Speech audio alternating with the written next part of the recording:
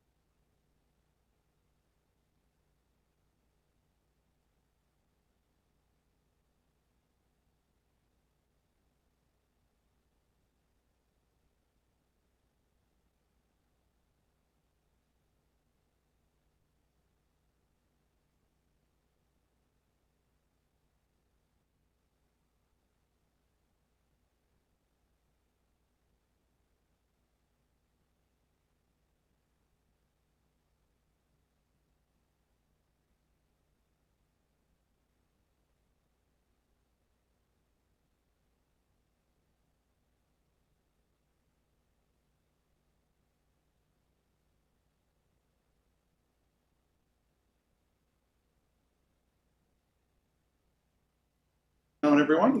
Well, good morning. Hope you're all doing well. We're kicking today's meeting off with one of the great privileges we have as a council, being able to support and celebrate the incredible achievements of our young people. Sorry, Mads, I should have checked the roll streams on. Yep. Through Council's Junior Elite Athlete Grant Program, we provide assistance to local athletes who represent our region at regional, state or national levels. This grant helps cover some of the costs associated with participating in these representative sport programs, ensuring that talent, passion and dedication can truly shine no matter the distance or discipline. I think you'll agree with me as we look forward to the Olympics that will be held in our own state in 7 years' time. It's an incredible opportunity to get behind our young people that could one day shine on that stage. So today we're delighted to recognise a number of junior elite athletes who have achieved outstanding success in their respective sports. Let's take a moment to congratulate each of them for their hard work, commitment and sporting excellence. So we've got some certificates here. We might come down the end here. Yeah. We're getting some photos, Mr. Combs? Yeah, once they're all done, mate. Okay, our first one is Peyton Laurelway for junior stage age netball competition.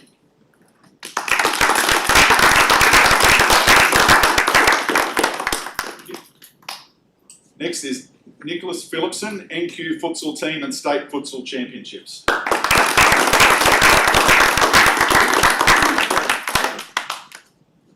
Molly Smith, Netball Junior State Age Championships.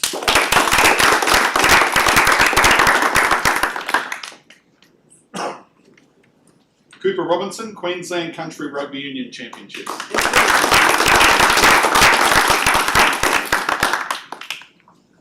Charlotte Adams, Horseball World Cup.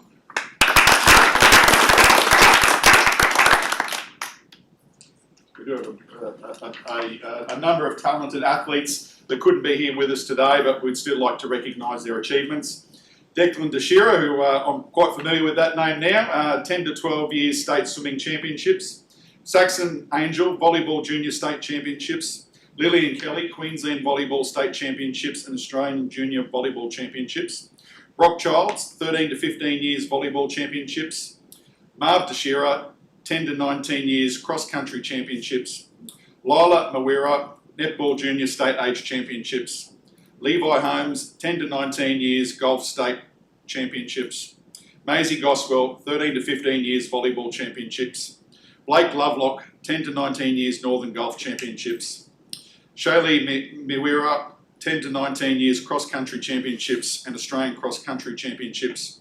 Ruby Henry, Queensland State Age Netball Championships. Xavier Goswell, 16 to 18 years AFL State Championships. Jamie Henderson, 13 to 15 years AFL Boys State Championships. Lachlan Jeffries, 13 to 15 years AFL Boys State Championships. Nara Suckling, 13 to 15 years Volleyball Championships. Harrison Squires, National Futsal Association Brazilian Tour. And Charlie Borman, Senior State Age Netball Championships. Each of these young athletes has shown incredible dedication, sportsmanship and pride in representing all of our community. So let's give everyone a big round of applause for them. Guys, up here for a quick photo with the mayor, if I can, please. Just come over here in front of the show.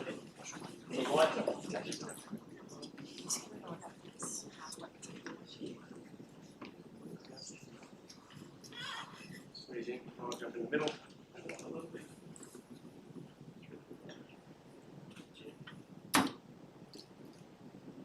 Perfecto. Smile. Thank you.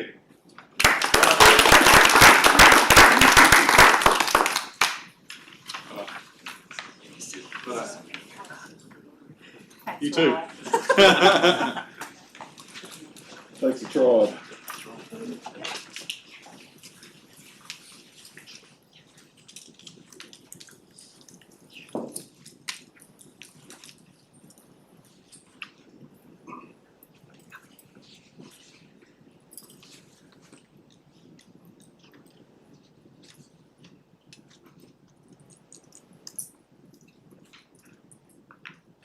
That's a nice way to start the morning.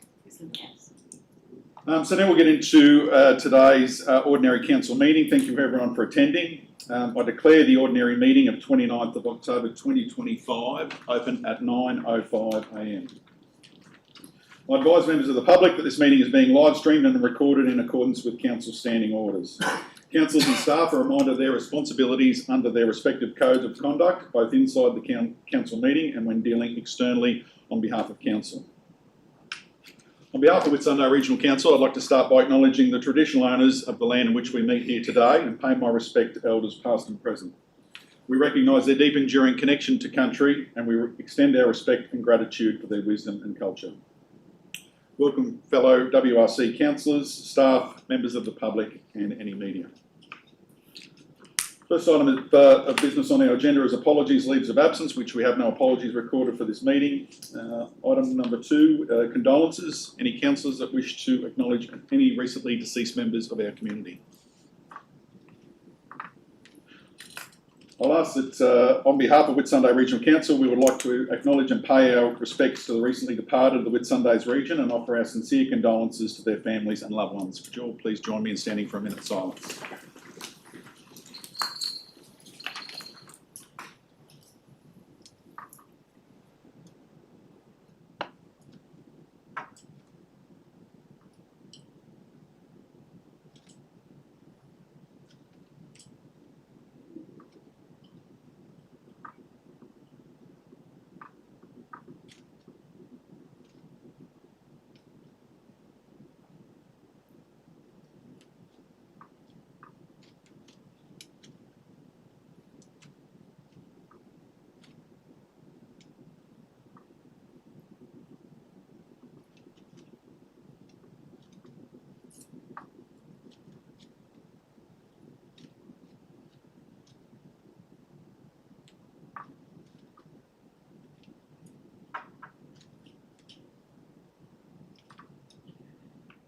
Everyone, please be seated.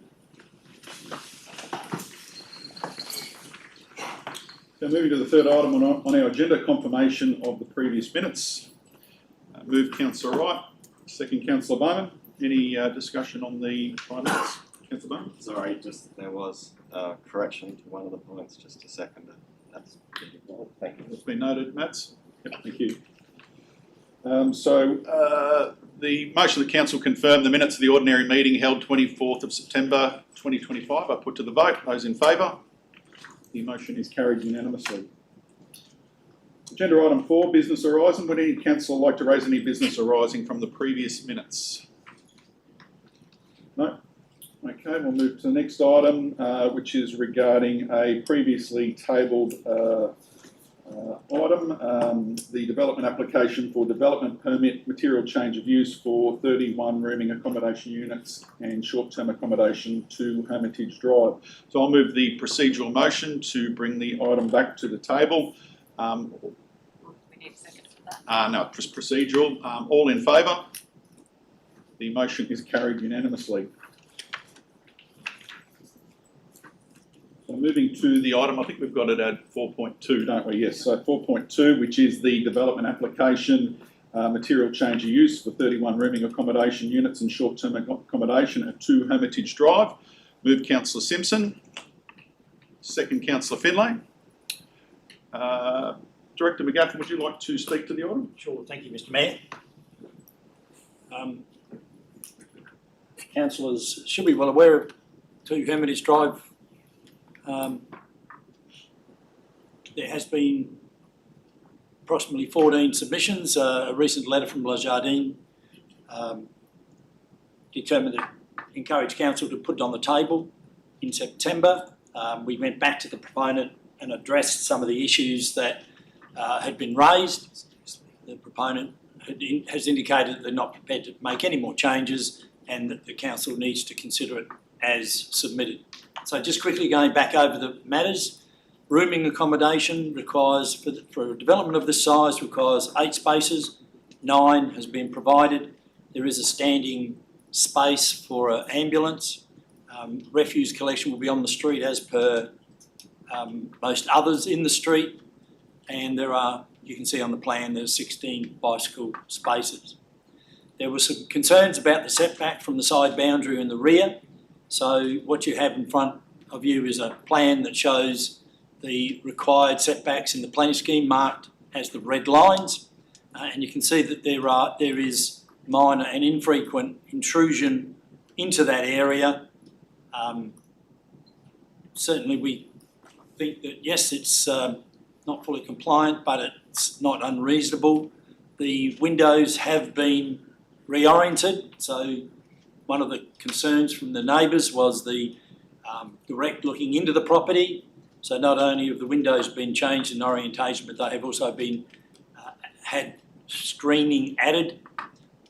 There is some setback issues to Chute Harbour Road that has been increased, but in essence the applicant, since the matter went to the council last, no changes. So just very quickly, here's the aerial showing the La Jardin basin, basement access. The proposal that we have in front of us has been built, for want of a better word, above the land so that the water can continue to flow. Yes, there will be an impact on the flow that you see if there was a flood there tomorrow because of the need for access to the property. But essentially, as the building is built up, the water can flow underneath it, and there is very little impact on the flood characteristics that's currently experienced. So on that basis, we don't think that there's any water that's likely to enter the basement of the next property. There has been some discussion about the relevance or desire for a solid boundary fence along the common boundary. Given the low level of flooding that has been mapped in a 1% flood, it's not likely to have much of an impact.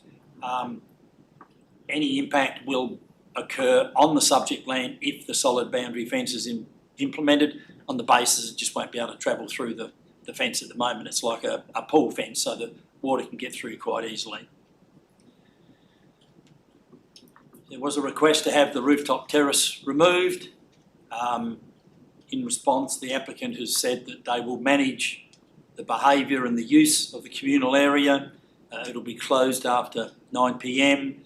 And we've imposed conditions, and the proponent has agreed to manage the property as if it was a short-term accommodation, along the lines of if a complaint is lodged, it will be looked at within 30 minutes and there will be someone on site to look after it. So very much consistent with the short-term accommodation. So in essence, we believe that the proposal is consistent with the planning scheme and the mixed-use zone, provides well-located accommodation to support tourism developments. The building is consistent with the scale and bulk of buildings in Hermitage Drive.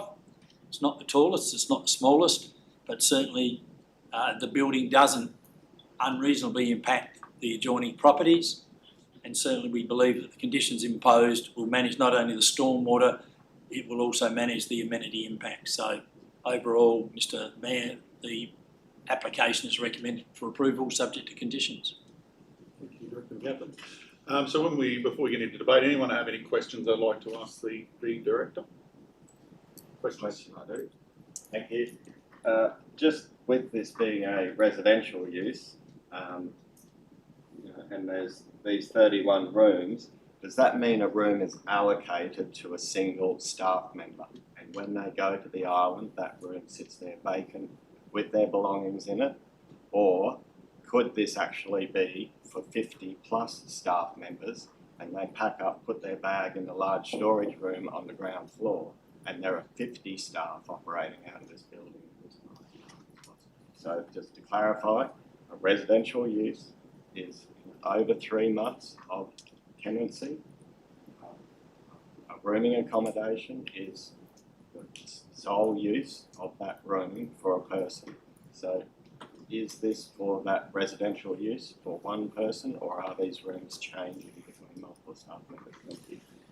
Through you, Mr. Mayor, I haven't seen or read any management operational procedures in place, but certainly my understanding is that the people living in this premise will take turns in going out to Hook Island or elsewhere. I'm not sure that it's necessarily limited to Hook Island, and they will swap and change. The exact timing and that I'm not 100% sure, but I understand it will be part of their employment contract. Councillor Clifford? Mr Mayor, I will not be supporting this. While I understand the intent, 31 rooms and 9 car parking spaces is just not on. I'd go for 1 and 2. So if it was 24, 12 car parking spaces, I would think was reasonable, but I don't believe. I'm just trying to keep it to questions at the moment, Councillor, before we get into debate, and then we'll coordinate the debate. But is there a question you'd like to direct it to the director? Yeah, so under what did you think that this was like a boarding house? That these are separate rooms with their own bathrooms. This is not like a bunkhouse, which is what I believe that you have.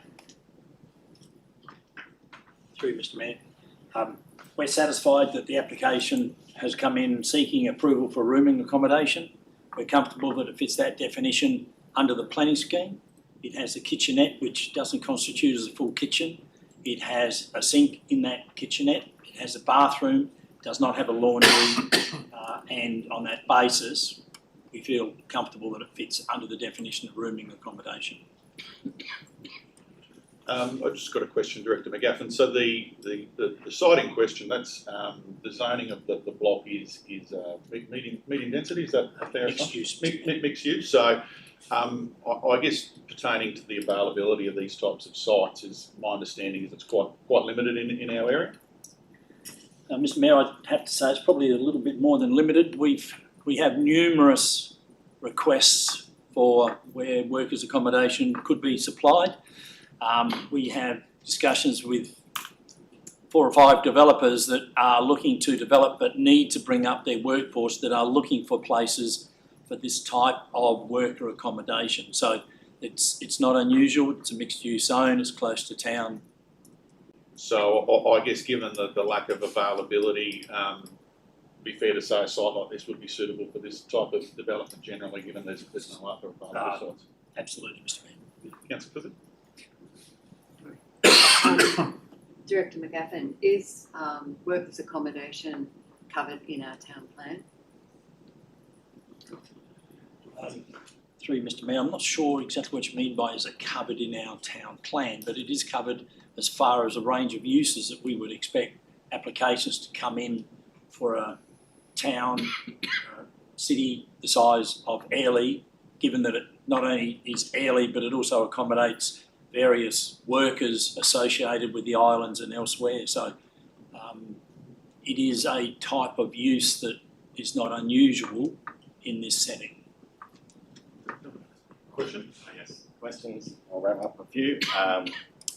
When the garden was built, was this zoned a residential area?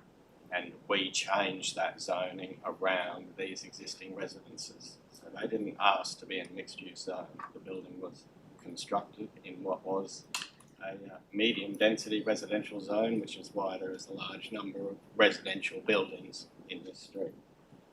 Moving on, we received a letter of response from the owner in relation to the tabling, where he said this is for staff housing for Colonial Palms and Cook Island. Our planning scheme does have a definition for non-residential workforce accommodation. That is premises used to provide accommodation for non-residential workers. They've come in under rooming accommodation, premises used for residential accommodation. We have a letter from the owner here specifically asking for workforce accommodation. We have a land use specifically for workforce accommodation. It hasn't been allocated under that. There is a reasoning, which I think Councillor Clifford was touching on. Currently, our planning scheme at the highest order does not support non-residential workforce accommodation for operational purposes. They are only supported for construction phases. Now, you don't need me to tell you, I feel our planning scheme is out of date. We touched on this in our local housing action plan, and unfortunately, in the recommendations, we only picked up on the fact that we really need this out in the rural areas for the farm and temporary staff there. It also mentions we have this issue with tourism, but we haven't put any actions there. There is a statement in there that says we will support development outcomes which facilitate housing diversity located near jobs, transport and community facilities and services. So I'm saying is we haven't put this, my question is, we haven't put this under the definition that to me makes sense. They want workforce accommodation, we put it under the rooming accommodation. I want to support this, and does that local planning action scheme actually override our existing strategic intent that says workforce accommodation is not supported for operations? Thanks. Well, through you, Mr Mayor, look, at the end of the day, this application has come in, it's a mixed use zone, it's not what I would call a residential area. So I guess there is an inherent difference between your perspective and mine in that respect, given that you've mentioned residential a few times. There are accommodation facilities that I wouldn't say are residential in nature in the street. I think that's the difference that I would like to make. You may be right that the high-level strategic description of what council is looking to achieve in the urban environment or accommodation environment doesn't necessarily articulate all of the different uses or the different definitions of the uses that we might have in the planning scheme or elsewhere. My comment to council is that this is the type of use that is needed in the area. Is this an inappropriate location? I believe not. It is something that the council needs to address. The conditions are there. It's up for council to determine whether it's inappropriate in that location. The mover of the motion like to speak to it? Yeah, thanks, Mayor. Like, I support this motion. I realise there's been lots of submissions against this. We've had them in at briefings, we've had the proponent in. It's a difficult block of land at the end of the day with significant drainage issues, and they've done their best, as far as I'm concerned, to come up with a building that lets the water flow underneath. I was down there the other day, it's like a missing tooth along that street, that block of land, and I think it's a good fit, so I support it. Anyone else like to speak against the motion? Councillor Clifford? Thank you, Mr Mayor. While I support the intent of the application, the size of it for the parking does not do it for me, and I will not be supporting it, unfortunately, because I'd love to. Thank you, Councillor Clifford. Did you want to speak for or against the motion? Sort of against, yeah. Anyone else like to speak for it? Councillor Finlay? Thanks, Mr Mayor. I just take on board the officer's reports there, and on the slide up there, the report says it complies with our scheme. So I take on the basis of the professional officer's report, and what the director said, that complies with our scheme. That's all right. Thank you. Through the Mayor. Yeah, this has been a tricky one because I'm all for development. I think if it's a good thing and it works, we should be approving it. But I guess the main things for me, look, we've heard a lot about the setbacks and the views and the height, and none of that matters to me. Look, I think it's fairly minor, and we can work around that. But the parking is probably the thing that I'm hung up on. And just recently, we knocked back a mini golf for having 5 parks, and there's no accommodation there.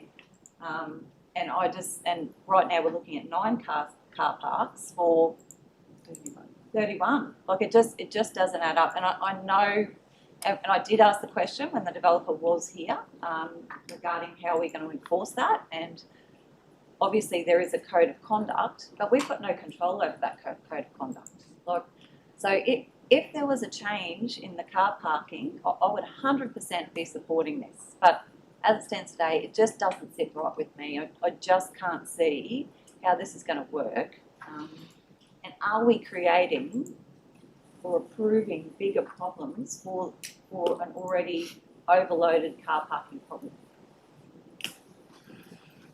I'll be supporting the officer's recommendation. I think the proposal there, I understand that there's some issues there, but I think the main one for me has been around the amenity concerns. And I understand that they're challenging for the residents there, but you don't own the view that's there. That the type of development that are there is a mixed use development, and I think we've spoken a lot amongst this table about having pragmatic housing solutions for our region, and yet the first development of this type that we've seen, we want to knock back. So, my understanding is if you can't have something innovative like this here, where can you have? And I think we need to be more solutions focused than not. So, I'll be supporting the officer's recommendation. Anyone else like to speak to the motion? Councillor, I'll let you have the final word. Yep, thank you. What concerns me even more is the precedent that this will set for other developments further down the track. If we allow this level of parking for the number of units, and they are units, regardless of what the director says, they're like little motel rooms, to be honest, then how do we knock anybody else back for lack of parking, which is a huge issue down my end of the world. Councillor Bowman, make it quick. Yeah, you've had plenty to say on it already. Right, thank you. No more questions. The second one wasn't a question. It finished with a question, but it was about a minute of talking. So first off, well then, in a point of order, the plans changed and the conditions of this approval didn't change. So currently, the planning numbers in the approval do not match the plans. So I think there has to be a technical amendment there. There's also, been over this with the director, there's also a replication of numbering further down. So I think even to put this, there needs to be those sort of technical corrections. To speak briefly, I'll say we all know there's a housing crisis here. 31 rooms is only putting a band-aid on an open wound. I don't want this development to turn into a festering sore for the next 50 years, where we possibly have 50 staff operating out of 9 car parks. As Councillor Wright touched on, the planning scheme says 30 car parks for a 600 square metre mini golf. The council reduced it to 20, and we're saying 31 rooms with 9 spots. The actual thing within the planning scheme that we must judge this on is development provides on-site car parking for the demand anticipated to be generated by the development. That is a commercial kitchen with no designated loading zone. 31 accommodation rooms. I don't see that it fits this, but I've also put together conditions that I feel would overcome the amenity, and that would be up to the mover if he wanted to go through those. did you want to respond to anything there? Oh, thank you, Mr. Mayor. Look, if there is, I guess not aware of the issues, I would expect that if there is, we will be making it abundantly clear to the proponent what are the plans that have come in and which ones have been approved, and if there is minor issues with numbering, well, that can be sorted. I don't think there's any debate about what it is that the council's approving. Speaker of the motion, I'll give you the final word. Yeah, thanks, Mayor. I support the officer's recommendation. I don't support any council conditions that come in with an architectural style overriding our planning department. So I support the recommendation as it is. Thank you. Okay, the motion that council approve the development application for development permit material change of use, 31 rooming accommodation and short-term accommodation made by Colonial Palms Operations Proprietary Limited, located at 2 Hermitage Drive, Airlie Beach, subject to conditions in the attachment. I put to the vote. Those in favour?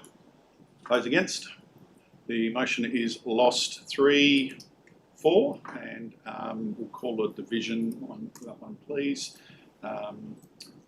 Councillor Finlay, Collins and Simpson for, and Wright, Collins, Bowman and Clifford against.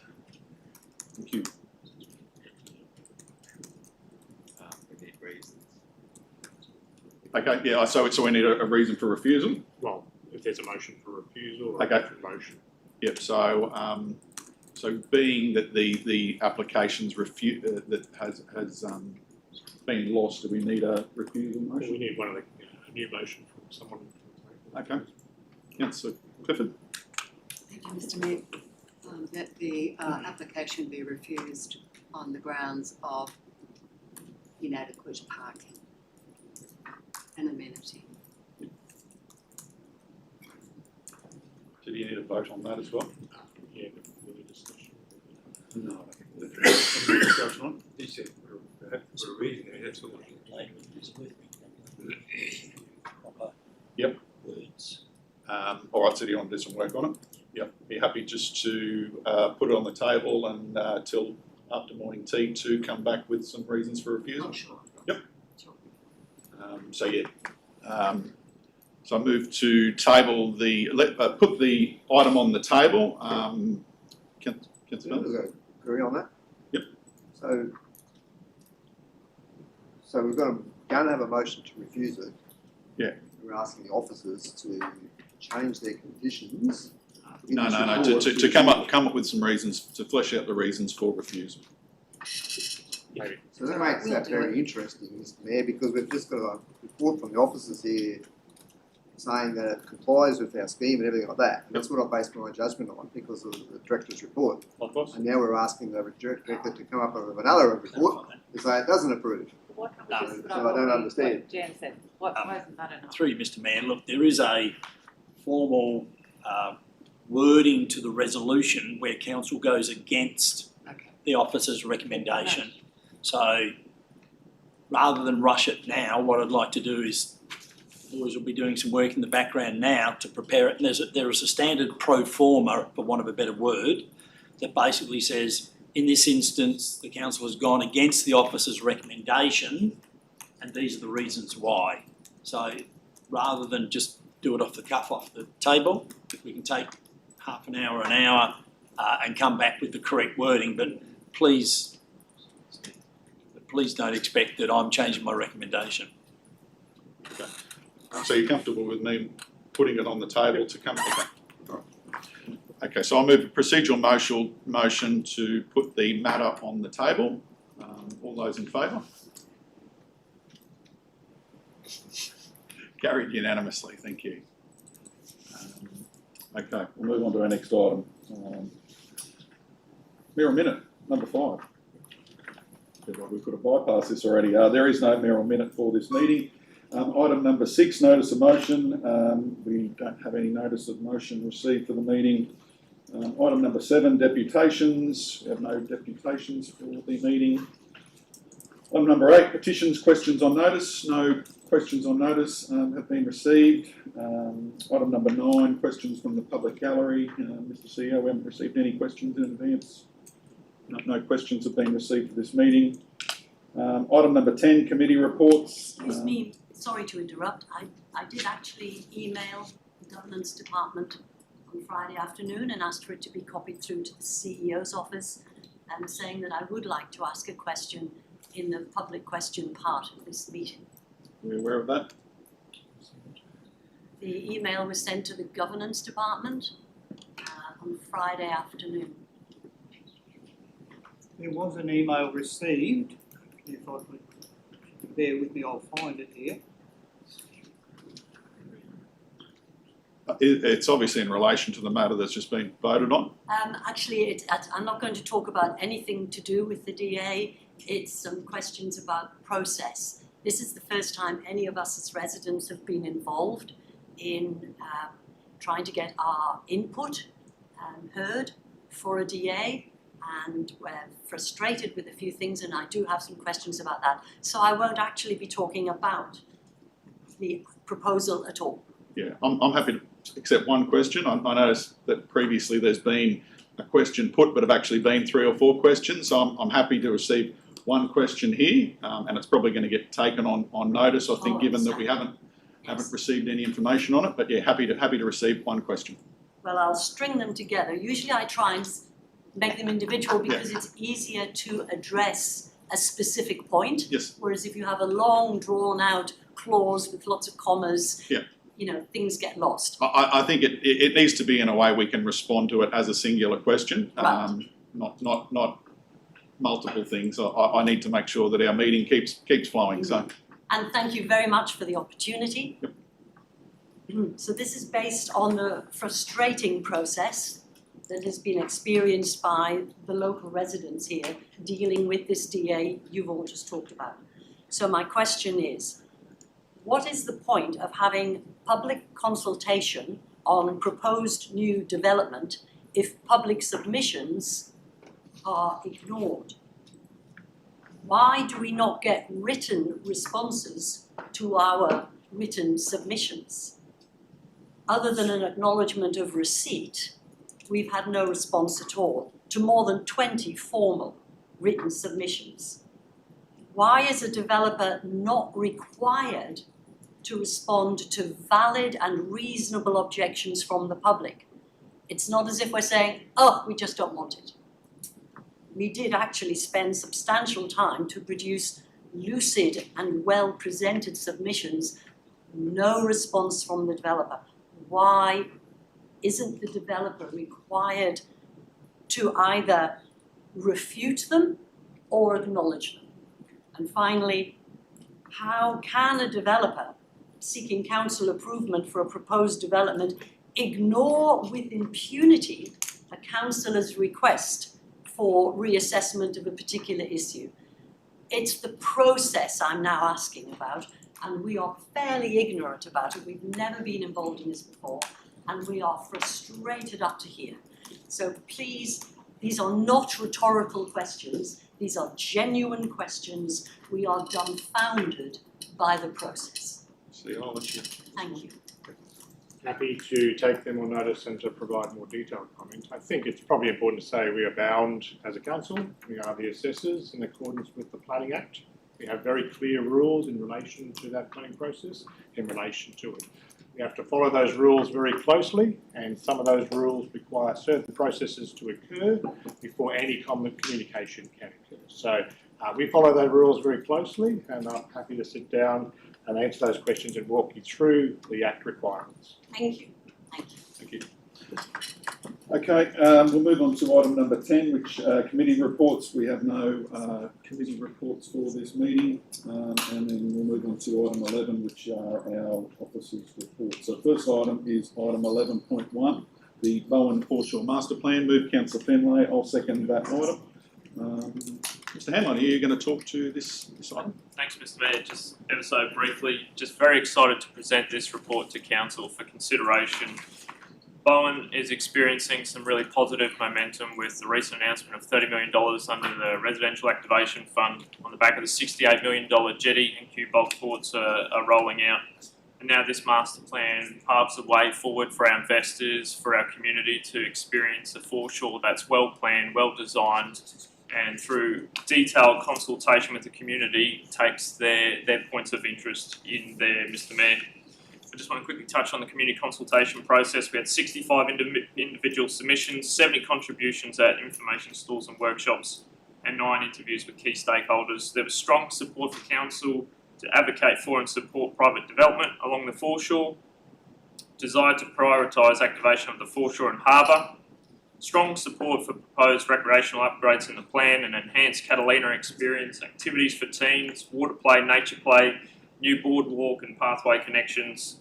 There was support for the stormwater work that we've proposed, and also prioritisation of Henry Darwin Park, the PCYC skate rink and swimming pool area, and strong support for interpretive wayfinding.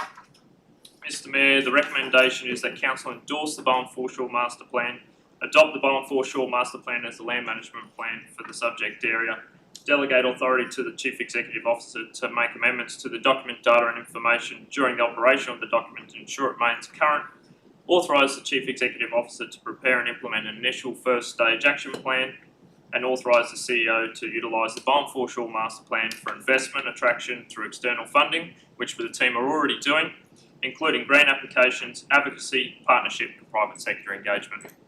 Thanks, Mr. Mayor. Thank you. Councillor Fenway, the floor is yours. Thank you, Mr. Mayor. What an honour it is to be around this table today in supporting such a plan that, to, as in the words I think of their officers, and is to revitalise the Bowen foreshore.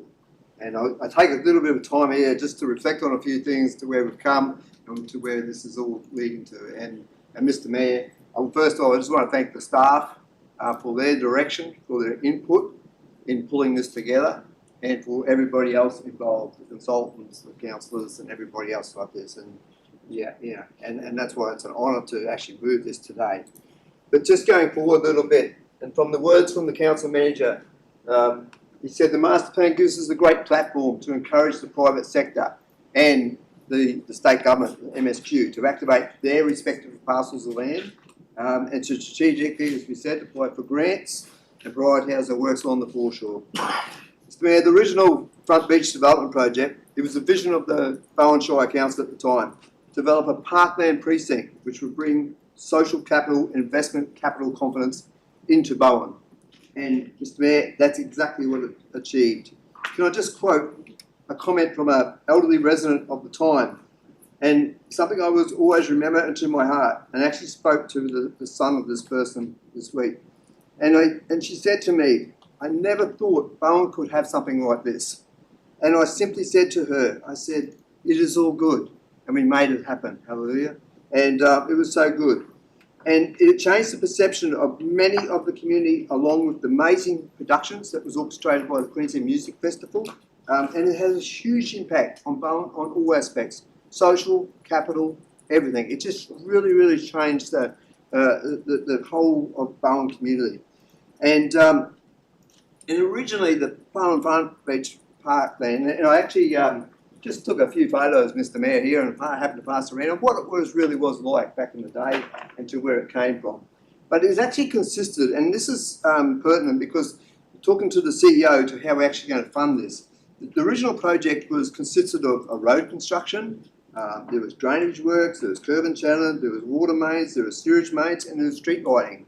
And all these different components were all eligible for different types of funding and everything like this.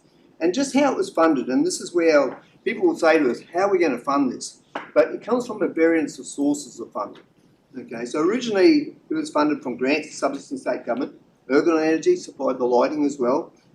We had money in a land development reserve. We had flood damage works.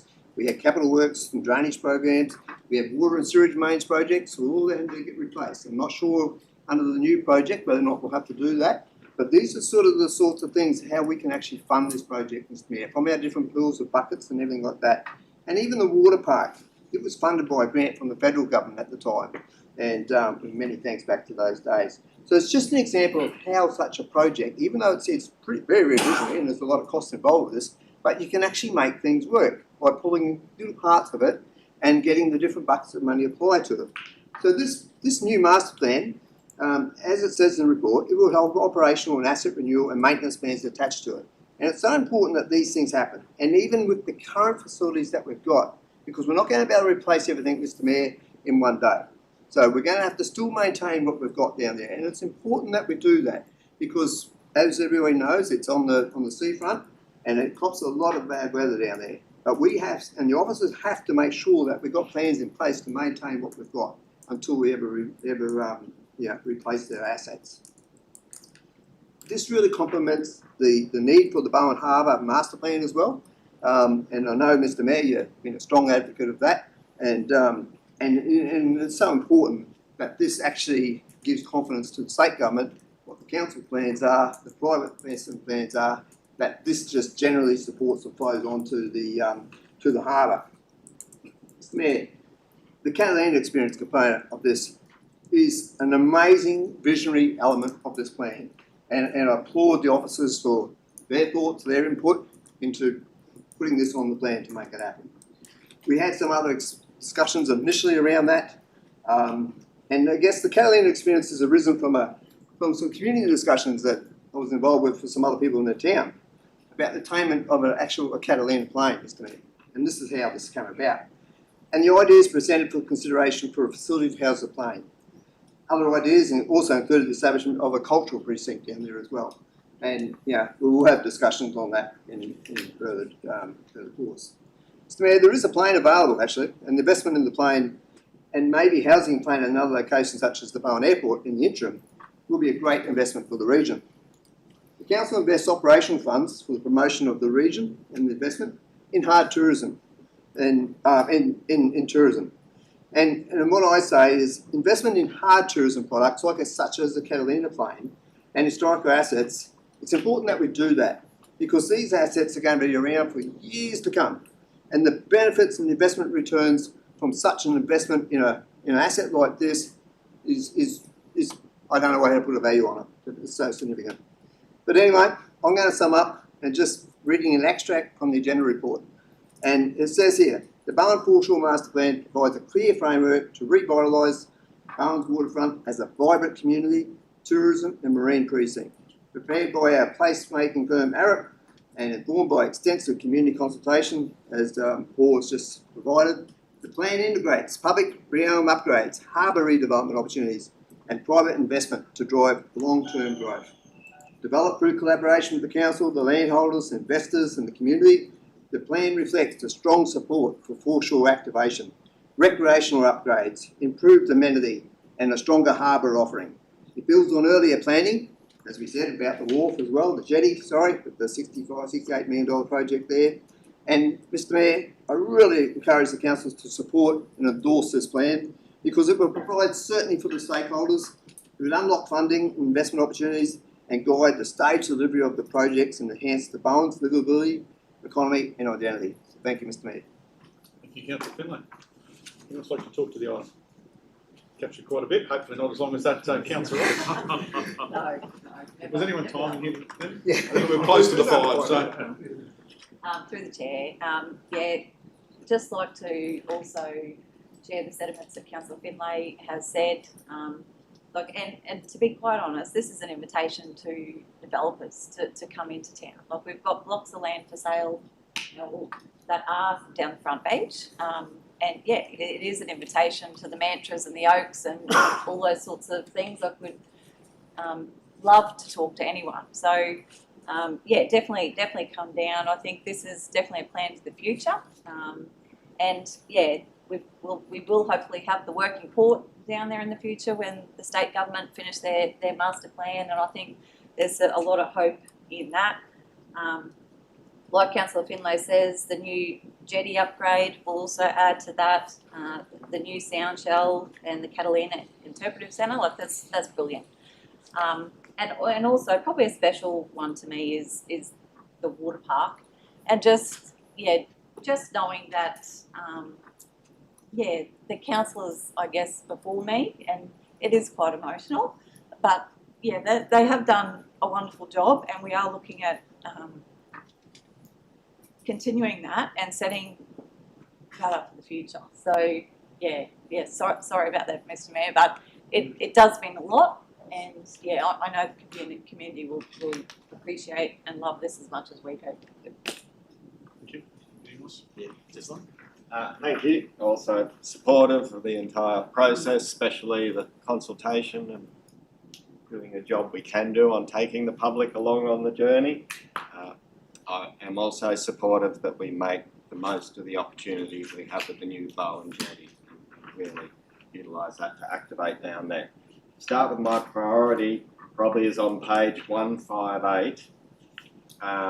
With the new swimming area, water park, everything I think is wonderful. It includes widening Brisbane Street and putting in 56 new parking spots up Brisbane Street. I suggest we take the on-street parking away from Santa Barbara Boulevard just before that foreshore play area and the pool area so that the road narrows. There's no chance of children running out between parked cars to cross from the amenities and everything across to the pool, that it's a real change in the street environment to show it as a go slow area. I think that's a safety matter, and that's why I'd like to raise it here and now as we go forward. There's 56 more parking spots going in right next to the swim area.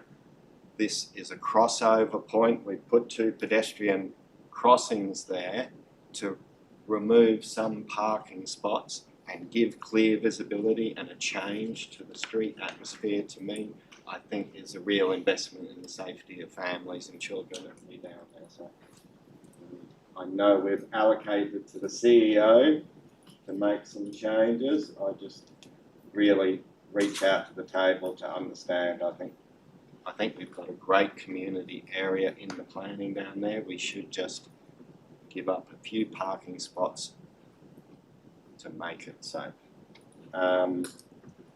Probably just next is only a little technical glitch, I think.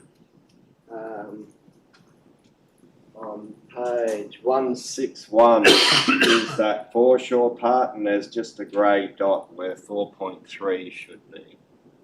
I can send it through separately, so you go down a few more pages and the amenities appear there, but on that page that discusses them all, the amenity block and the numbering for that is missing. My main thing, I think the harbour is a great employment opportunity for Bowen. This is under the state. I still struggle with Magazine Park. You know, in Airlie, marina front land is selling at $1 million a block for residential. We want employment land up there. We go to our open space strategy, and Bowen already outdoes Airlie at 7-1 for parkland. And we are allocating a huge area for more waterfront parkland right next to our foreshore parklands. But I think if it goes under the state master planning, I'll leave it as that. I don't think we should be allocating for more parkland when it could be homes, it could be job creating land on the waterfront of that marina. Then my last thing is, and looking at the Facebook, you know, there's been a mix. Some people say go for it, some people say we love Bowen the way it is. But in those interpretations, first off, we've decided to go below the code accessible building height. So we have not visualised the impact of what our 18-metre building heights will be there, and the public have been given something that once that just appears and they get no say for a submission, could be questioned. The other difficulty is we're trying to show ultimate development and what this can bring for Bowen. But a lot of the community think council's going to go down there and start building all these buildings. That's the thing, the messaging I think we need to do. We are activating our public spaces, we are planning, and we are inviting that investment into the region. But it is not upon the ratepayers to actually be funding these buildings. But I certainly welcome it. Thank you. Thank you, Councillor Bowman. Just noting Councillor Bowman's feedback. It's I don't think they're decisions. That's just feedback. Need seven votes for a decision. Look, I guess talking to the master plan, I've been part of groups like Bowen Collinsville Enterprise for well over five years now. You know, I think there's been long-held discussions with regards to the opportunities in the front beach there of Bowen, the economic opportunities associated with the harbour, and I think, you know, I guess one of the things that was sort of early on in my tenure was the announcement of the new jetty there, and really, you know, I think this piece of work here really seeks to enhance that opportunity that the NQBP are undertaking there. With the jetty, and really form that connective tissue between that jetty development, which is full steam ahead as far as I'm aware at the moment, and what we want to achieve in the harbour from a tourism and economic perspective. So look, I think this really sets a fantastic vision for Bowen's future, and really an iconic piece of Bowen. You know, I think the groundwork that this master plan lays really, you know, will enable a lot of new economy in the area, particular tourism, and how that links in.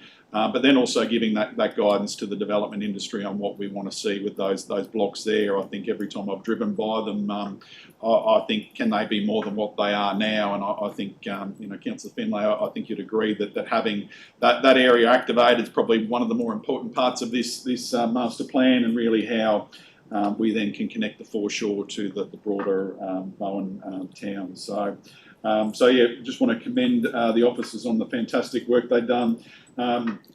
I do note, I think one thing that I've seen in some of our other master planning is around the action list and a 5-year action list, which I think would be good to start building up in the background to this, to really, I think, capturing Councillor Bowman's comments that we do need to manage expectations. We're not going to go out and change it all overnight, but I think we need to really be ambitious in what we want to achieve there over a period of the next 5 to 10 years, and really identify where we know we're going to do some upgrades, but then also where we want to work hard to gain some funding from the federal state government. And I think the area on the cover there is probably a good example. Had some discussion with Paul. We've got a grant opportunity in there at the moment, which I think really addresses some challenges we've got there with the water park, but really starts to form some of the early stages of that master plan. And as Councillor Finlay said, break off little pieces. We can talk to TMR and various other government agencies to work with us around that plan. So I think the only thing I was looking at the possibility of amendment, but I think I'll just leave it as is and look for some consensus really from the group is really what I'd like to do is and I've discussed this with him already, is write to the Transport Minister around the Bowen Harbour project, and we're aware that there's a master planning commitment there, and I really want to see that come forward now that we've got this in place and we know that the jetty plans are in place, and really implore him to bring that piece of work forward. And I think if there's even an option there, I think if there's a lack of capability within MSQ to do that in the near future, then look to actually give it to us to do, and really form a cohesive vision for the entirety of the foreshore there. So really good timing with this. I'm meeting with NQBP and some of their new board members this afternoon or this evening, and we'll make sure they get a copy, and I think there's some opportunity to leverage them to really work with us on this piece of work as well. So, Councillor Collins? Just in regards to the Bowen Wharf renewal, $68 million, is that fully funded by the state? I always thought it was just a $50 million grant. So the 18 is for the demolition, and then the 50 is for the new jetty. There might even be a little bit left over in there for us to join it in. So I'm sure they'll use it. Mr. Mayor, just picking up on your comment there about the MSQ, is that something you'd like to add to this, or to give it a bit more sort of? Yeah, look, I don't think that we push you that way. Look, I'm putting out. I don't think we need to amend the resolution, do we? Just so it's clear, though. Anyone else like to add anything? Okay, the motion that Council endorse the Bowen Foreshore Master Plan, adopt the Foreshore Master Plan and Land Management Plan for the subject area, and delegate authority to the CEO to make amendments to the document data, and prepare and implement initial first stage 5-year action plan. Sorry, you did have that in there. And authorise the CEO to utilise the Bowen Foreshore Master Plan for investment attraction, and the other detail per the report. I put to the vote. Those in favour? The motion's carried unanimously. Well done, Councillor Finlay. Okay, item 11.2, planning scheme amendment. Good. Yeah. I've got a prescribed conflict of interest in this one, mate. One of my family members has made a submission against the STAs and non-partners in a house with it down Dingo Beach. So, okay.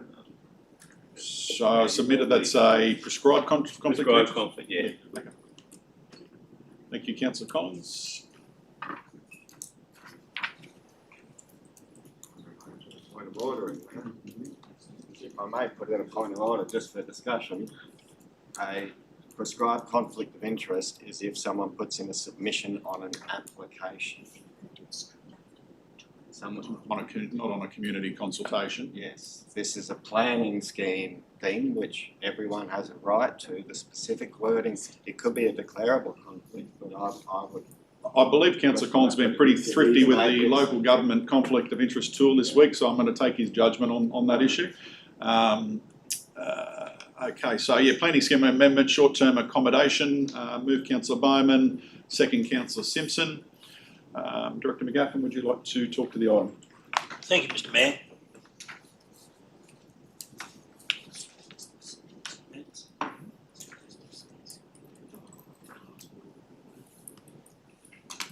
This is another one, Mr. Mayor, that councillors will be aware of, not only the planning scheme amendment, but certainly a lot of the history relating to short-term accommodation. Just to quickly recap.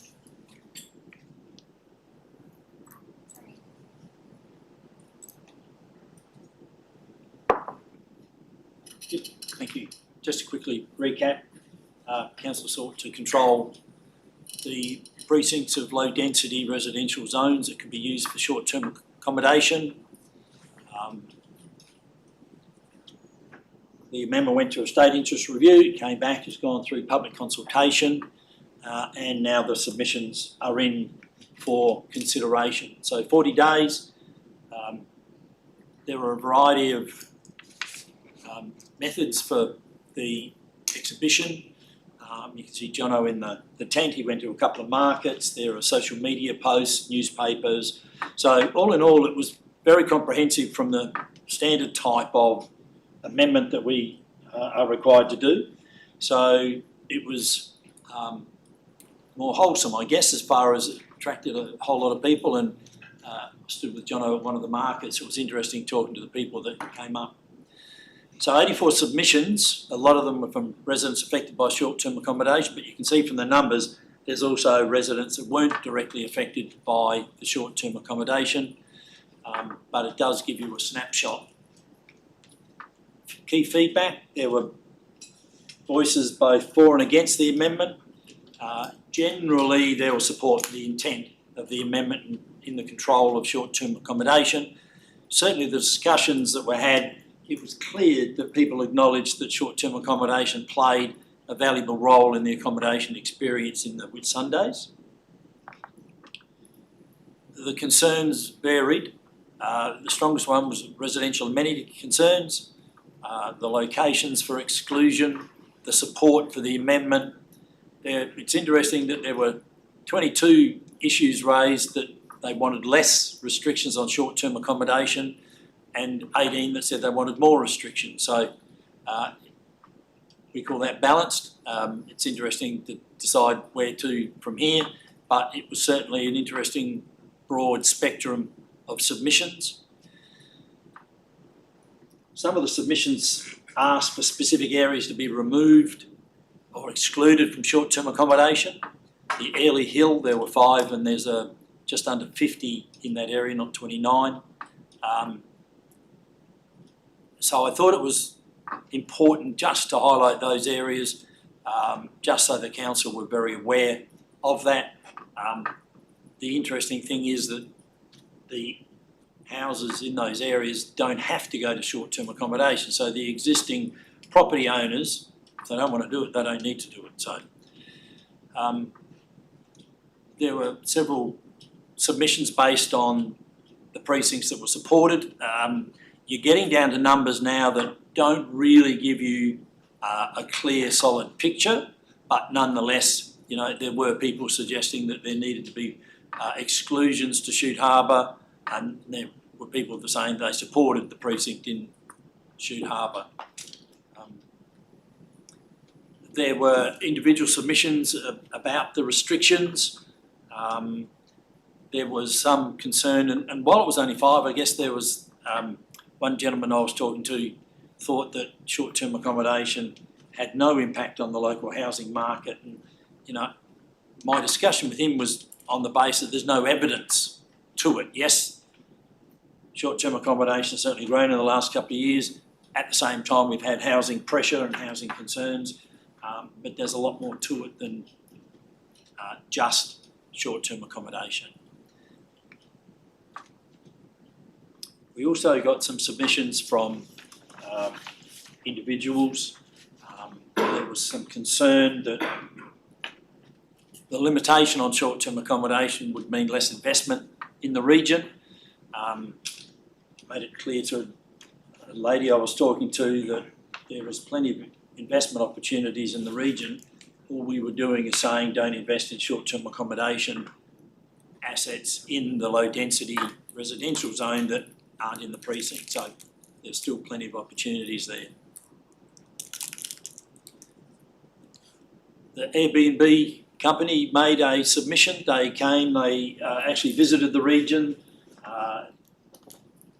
We had meetings, or a meeting with them, where they asked for an explanation of what the amendment was looking to do. So it was good that they put in a submission. It's also pleasing that Tourism Whitsunday, the Chamber of Commerce, BCE put in submissions on the basis that they were taking an active interest in the economy, but also that they were generally supportive of the amendment. We looked at the holiday rentals. We had submissions from real estate agents. Of note, I guess, Ray White and PRD raised the issue that they receive very few complaints on short-term accommodation, and we have done an audit of a couple of agents just to check their logs to make sure that where we are aware people have made complaints, it's recognised in the logs. So where we are, Mr Mayor, is the recommendation is to continue to progress the amendment in its current form, request the Minister's approval, close the loop by going back to the submitters and let them know where we're at, and there will be further public notice if Council resolve to progress with the amendment and we get feedback from the Minister. There are some issues coming out of the short-term accommodation amendment, in particular a capping that's been mentioned by councillors before. There are some other issues that we will look to address those in the future housing-related amendments that we're doing as part of the not only the growth corridor but elsewhere.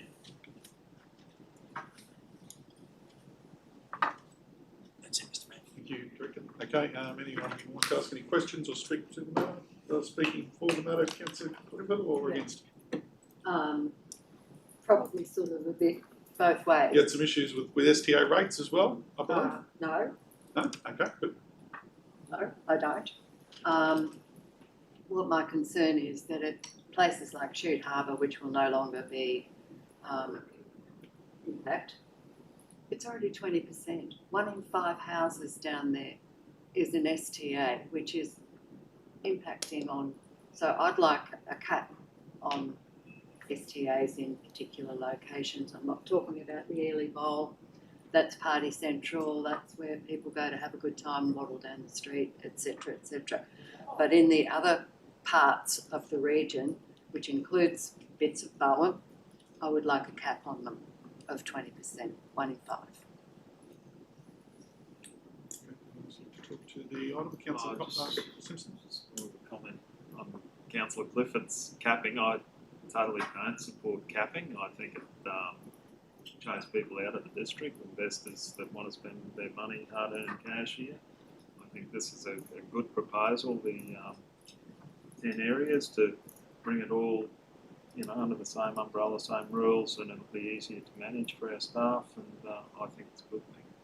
Thank you. Thank you, Mr Mayor. I support the amendment as it is. I think we know this has been a long, drawn-out process. I think the first changes to short-term accommodation came in the 2017 planning scheme, and here we are, 8 years later, still fine-tuning. So I think as it is, it gives more certainty to investors, more certainty to residents on what is our dormitory suburbs and where they don't have this high changeover. It reduces the applications from impact to code accessible, which makes the process easier. It just doesn't let the neighbours know that the application is in process, but we still maintain that they must be advised of the manager's numbers.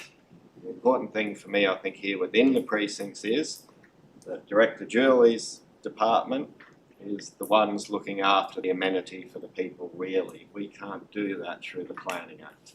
So that's where we need to stay on top of that compliance, make sure the managers are upholding their part of the bargain and the code of conducts. And to speak to Councillor Clifford's concerns, which I share, I agree with Councillor Simpson that we want to see that investment in these areas, but we don't want to use this as a proxy to change certain zones from low density residential into commercial districts. So I think we should look through the licensing process at least in the future that it comes back to the table if we get to certain densities. And I think that allows us to manage things while we look, because we know another planning amendment's going to be another 3 years. We know we have that ability under our local law licensing to keep an eye on this. So that's why I would ask councillors to support what we have here, what has been through with the community and generally had support to give a surety to residents and to investors and to our tourism industry that we'll still have that accommodation to serve them. And then we can continue to fine tune this process probably over another 8 years. Thank you. You guys like to talk to the madam? Councillor Clifford, you going to have a final word? Thank you. I'm torn with this one.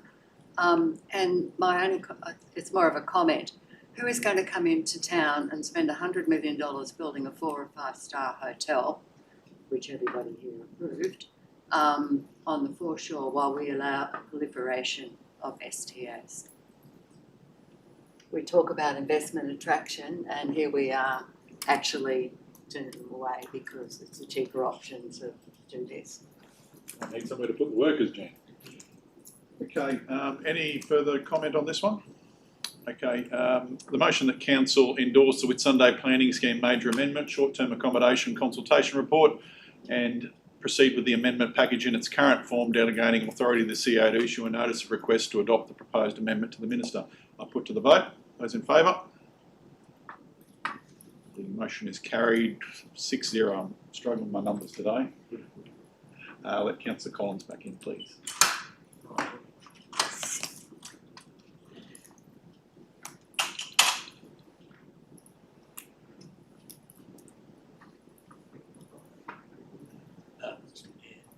We have the amended wording for the. Come up this morning too, John. There we go. Yes, I'm trying, Councillor Simpson, I'm trying. Okay, Councillor Collins, welcome back. The prior item 11.2 was carried 6-0. Item number 11.3, Houghton Basketball Court, Proserpine.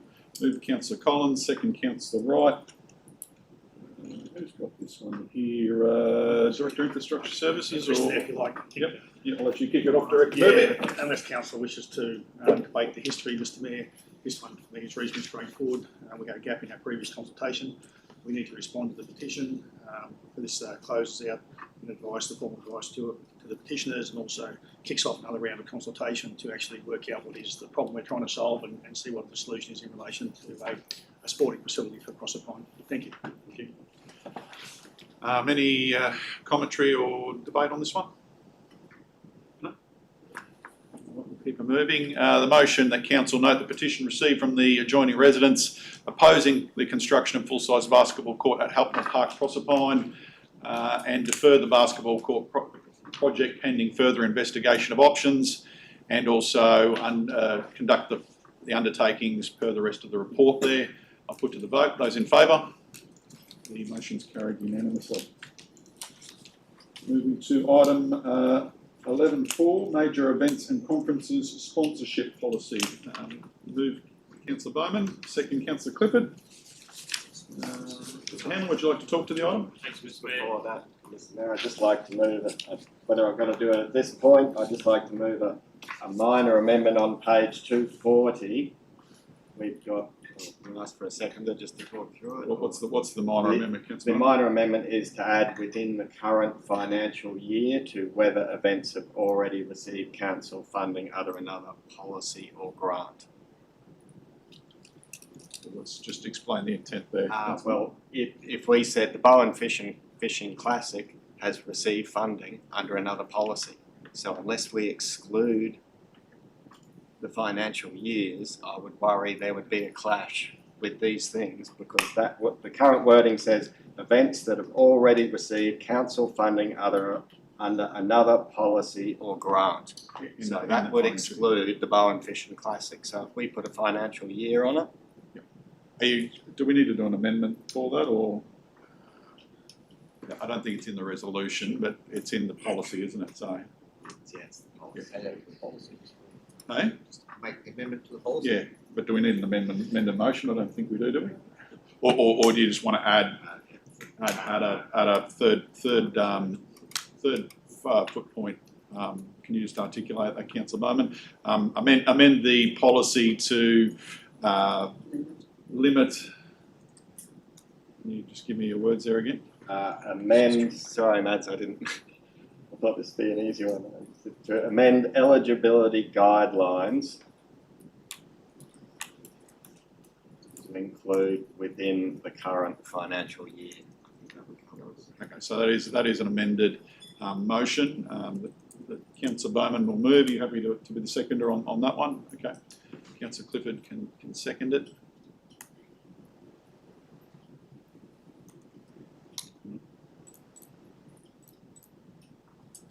We'll let the officer talk to the matter first. Thanks, Mr. Mayor. So, Council, for your consideration today is an update to our previous major events policy. So, the key differences with this policy is we heard from local event applications over time that the policy was difficult to come through. So, what we've tried to do is streamline the process through an initial two-part process, which reflects what the state government and federal government are doing. So an easy to engage with EOI process, 2 pages. So once they've got through the EOI process, we can help shape them up with their event and then invite them back through, if successful in that process, to the full application. We've also implemented a formalised sponsorship panel through this report.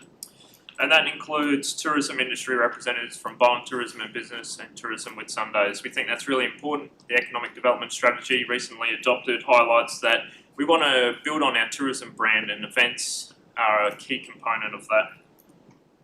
We've also simplified the assessment matrix, and we've introduced 2 rounds a year, which is really important so that events can come through the system. We're comparing apples with apples at the same time. So really formalised, kicking off in January in 2026 will be the first round under this policy.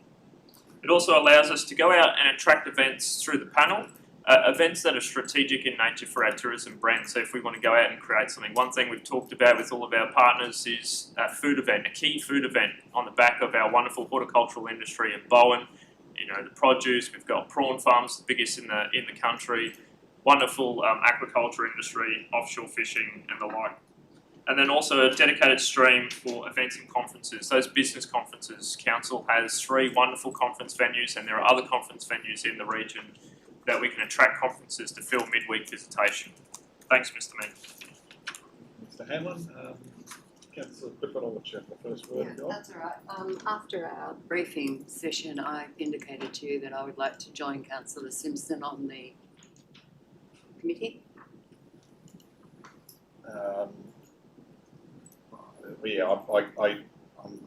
As an addition or as a An addition. So can you comment on that, Mr. Hanlon, as far as just the composition of the sponsorship panel? Thanks, Mr. Mayor. Yeah, so we did consider that, and in the original motion, that we could appoint a councillor or councillors. So it won't change the composition of the panel at all, Mr. Mayor, if we have 2 councillors on there.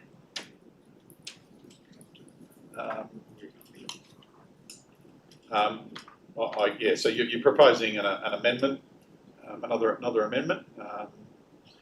Is there any other discussion on that? I'll speak to Yes. supporting it. Support amending the motion. I'd also speak to say, I've expressed an interest as well. I don't think this is a closed panel. I'm happy to proctor. Sure, you don't want them just to bring it all to a council meeting? Well, Like we had there, yeah. yeah, so but I'm happy to support Councillor Clifford if she wants to take part in it, but I don't see this excludes councillors from from having input, and the votes are at this table, not in that panel anyway. So that's why I was happy to let Gary do all the work. But I'll support if Councillor Clifford wants to take part. Just hang on, we're just talking about the amendment at the moment. Councillor Finlay? Yeah, just clarification on the back of Council Plays there. So, at the end of the day, does it come back to the council to approve? Yeah. So it's just a review panel. Reviews, and it comes back to council. So at the end of the day, all 7 of us have to say. Yep. Anything, Councillor Simpson? Yeah, I just like to support councillors for nomination and stuff, but it has any strategic committees get reported back to council, so it's just run of the mill sort of stuff. Okay, so if there's nothing further on the amendment, Councillor Bowman, you've got an amendment at point 2, appoint Councillor Gary Simpson and Councillor Jan Clifford to the major event and conferences sponsorship panel for a period of 12 months. Are you comfortable with that?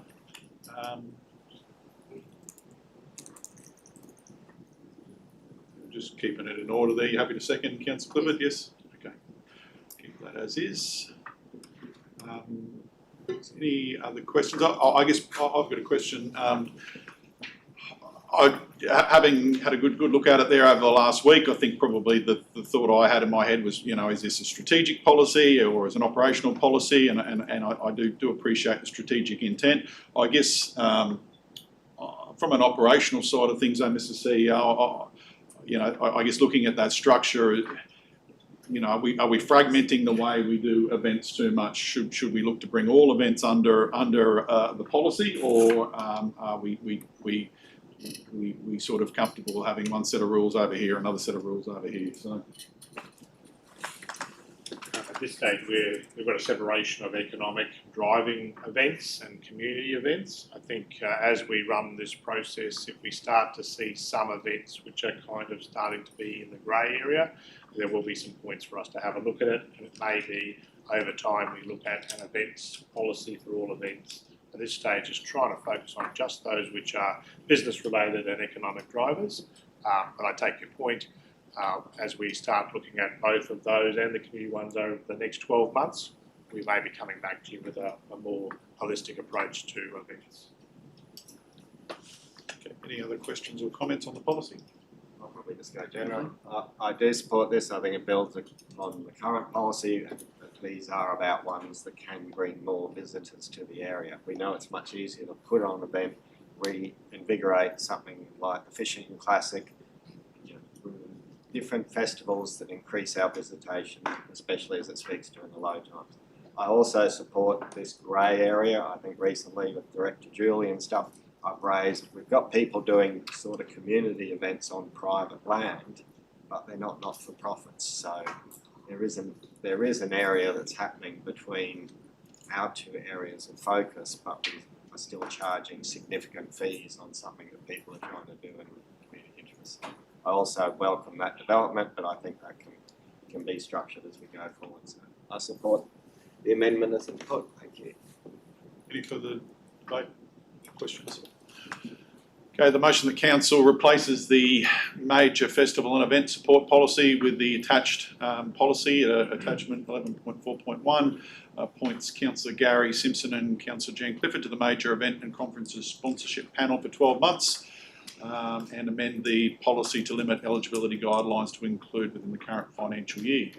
Put to the vote. Those in favour? The motion is carried unanimously. All right, we'll move to 11.5 special project grant applications, round 1 July to September 2020. Me, I'm going to have an early smoko. That is describe interest. Doesn't look like it's there though, councillor. So. I'm executive officer of one of the applicants there, of the Barham Community Centre. Thank you, Councillor Finlay. There we go.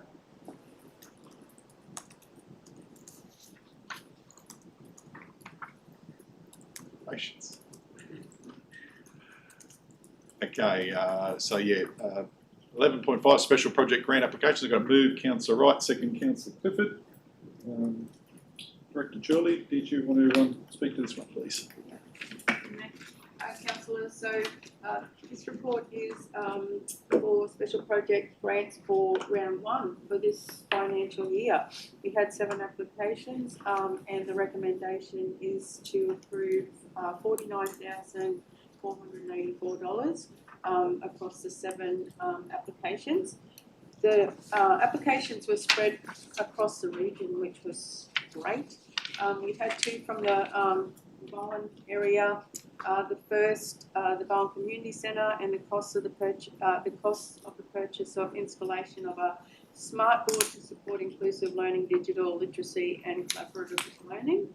The second in the Bowen area was for the Bowen Horse and Pony Club Incorporated, and the costs of the removal and replacement of the ageing front fence line to allow the club to run a safe rally days, training sessions, and interzone gymkhanas.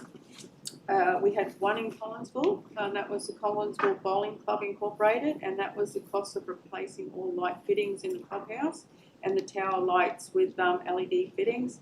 The club and green currently consists of metal, halide lamps, being expensive to run, and financial implications because of this.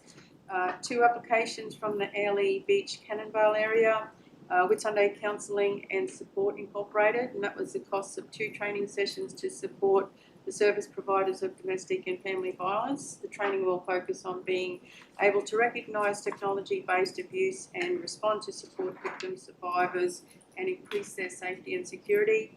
The second one in that area was for Whitsunday Conservation Council Incorporated, and that was the cost of a digital map static display sign housed outside Whitsunday Coast Airport. The project titled Whitsunday Heart of the Reef Discovery Trail, an immersive journey into the region.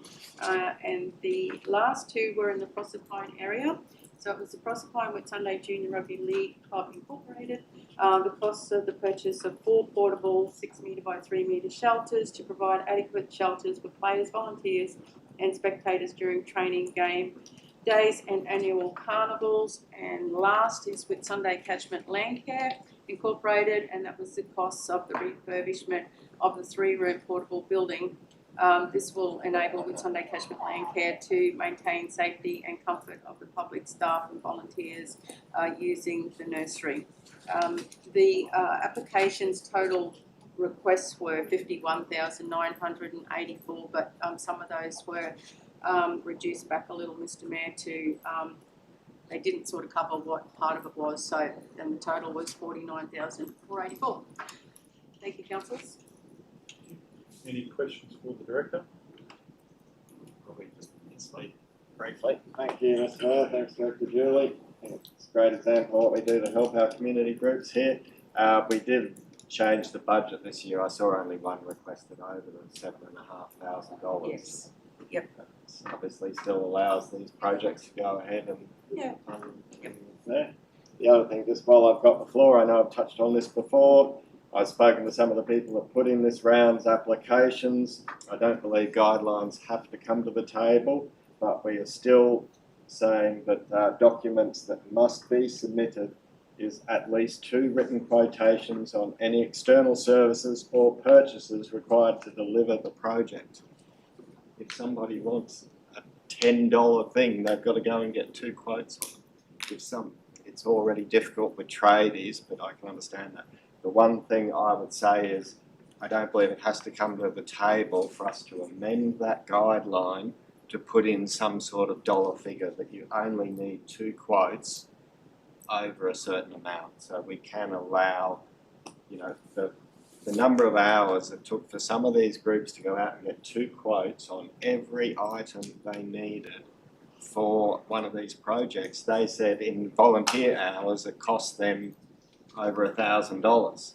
So I think with those sorts of things, and I don't know how you find 2 training courses for domestic and family violence for the council to actually get here. So I would just like to speak to today us looking at those guidelines and doing something that makes this process a bit more manageable for the applicants that we're here to support. Thank you. Just one from me, Director, and I'm not disputing the grant, but the one to Whitsunday Counselling and Support, so the funding for the training sessions, was that for their own people? Mr Mayor, I believe not. I believe it was for the community as well. Thank you. Any other questions or comments? Okay, the motion the council approve the payment of special projects grants round 1 to assist the following recipients: Collinsville Bowls Club, Whitsunday Counselling Support, Bowen Community Centre, Bowen Horse and Pony Club Inc, Whitsunday Conservation Council Inc, Proserpine, Whitsunday's Junior Rugby League Inc, and Whitsunday Catchment Landcare Inc. For the amounts listed in the report, I put to the vote. Those in favour? Motion's carried 6-0. Councillor Finlay back into the room, please. And I think we might break the morning tea now. So I move to adjourn for morning tea. All in favour? Morning tea? Hand up. Mr Mayor, I'd like to go to the next item, please. You've just lost at 6-1 anyway.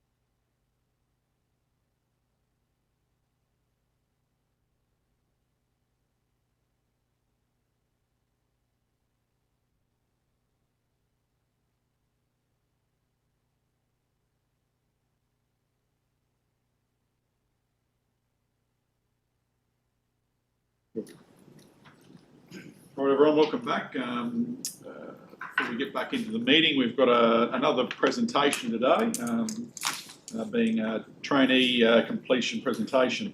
So we've got Jeremiah. How are you, Jeremiah? Who's been an apprentice plumber.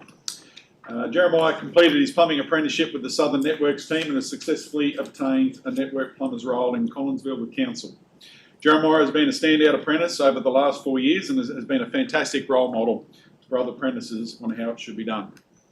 There is no doubt that he is going to develop into a top-notch tradesman, assuming that's the words of the boss, and it's fantastic to see what he can do with this whilst continuing to work for council. So wishing you well done, mate, on behalf of the team, your supervisor in the council. I'll ask you to come forward and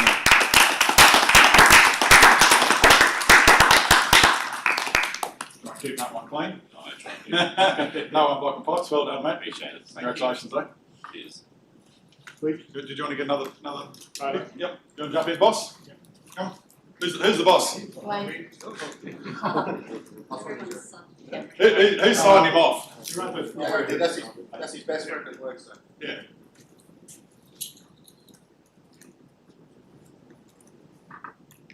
Beautiful, thank you. Congratulations. Thank you.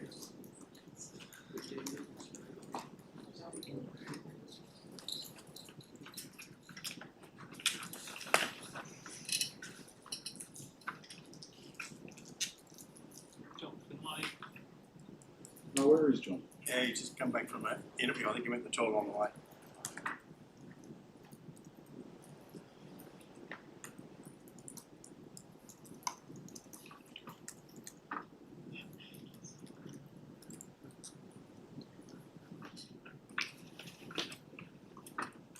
You got the time there, resumption time, Matthew? Yeah, I'll just wait. I think my cashews. Then I come back. VIP use cashews. They're the only ones that get them. Where did he go? It's just a I'm blowing him out for the day, aren't I?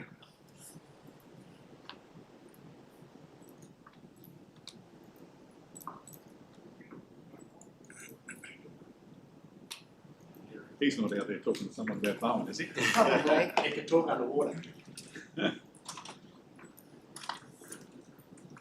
Here he comes.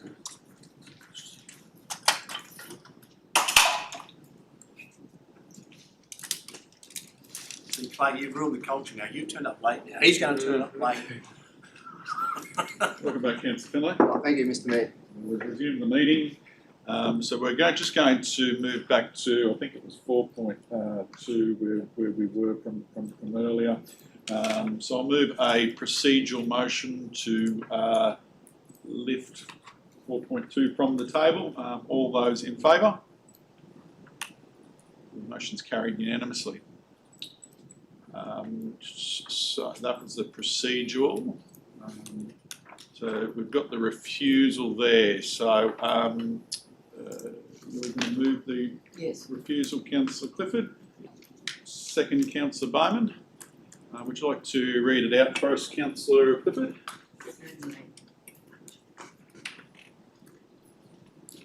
Are the reasons for not adopting the recommendations in accordance with 254H (1) of the Local Government Regulations 2012 and Section 63 (2) F of the Planning Act of 2016, Council's reasons for not adopting the recommendation or advice, and the reasons for refusal are as follows: inadequate on-site parking. What have I done? And 2, the negative impacts on the amenity of the locality. Did you want to say something? I think we actually need the words, which is that council refused the application, kind of up front. That what says reasons for refusal. It says reasons for not adopting the recommendations is what I was given. I suggest you change it from car parking to just parking. Fine. Yeah. Because there's no ambulance spot, there's no loading vehicle spot, which is a requirement outside of just cars. I don't know. I think there was an ambulance parking spot, wasn't there? No, it's in the driveway. Okay, I don't think we need any debate or discussion on the refusal. Did you want to change that to just parking? What do you want to do? You're the mover of the motion, Councillor Clifford. I'm happy to leave it. Leave it as is, okay? Well, that was the advice. Yep, thank you. Anything anyone wants to add? So just to confirm, we've got the original motion up there, which was lost. We've got the divisions recorded, and we've got procedural motion to table it, to remove it from the table. So what's the? So we should have a motion that says the council refused the application. Yep. And the reasons for refusal below. So I think we still need a motion that actually is to refuse. Well, it says the reasons, Reasons for for refusal. refusal. Doesn't say it whether or not. It doesn't say to refuse. We should have voted on it, should we? Yeah, we do, yeah. Reason for refusal. Yeah. So wasn't the division on a reason to refuse and then we tabled, or? The division was on the original motion, which was a recommendation to approve. Councillor. Where's the resolution? The bit that I'm after at least something that says that council refused the That needs to be application. changed to We'll just put it on the front. Yeah, well, let's copy that down with refuse.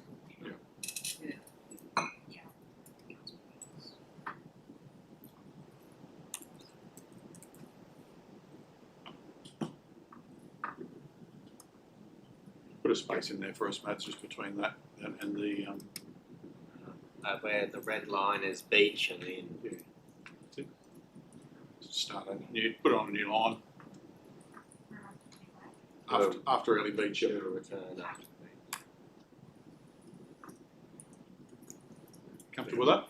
Yep. Okay. Yeah, just go back up for us a little bit there. Please, thank you. Okay, so the motion that council refused the development application for 31 rooming accommodation units made by Colonial Palms, located at 2 Hermitage Drive, Airlie Beach, noting the reasons for refusal being 1, inadequate on-site car parking, 2, negative impacts on the amenity of the locality. I'll put to the vote. Those in favour? Those against?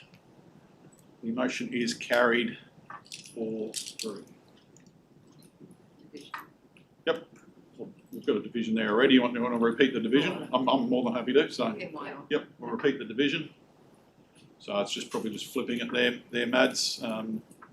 That Councillor Clifford, Councillor Bowman, Councillor Collins, and Councillor Wright voted for the refusal. Councillor Finlay, Councillor Simpson, and Mayor Collins against.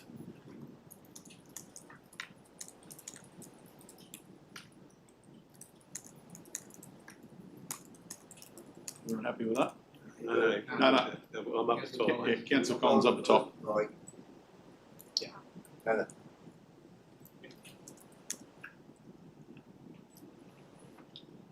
Okay.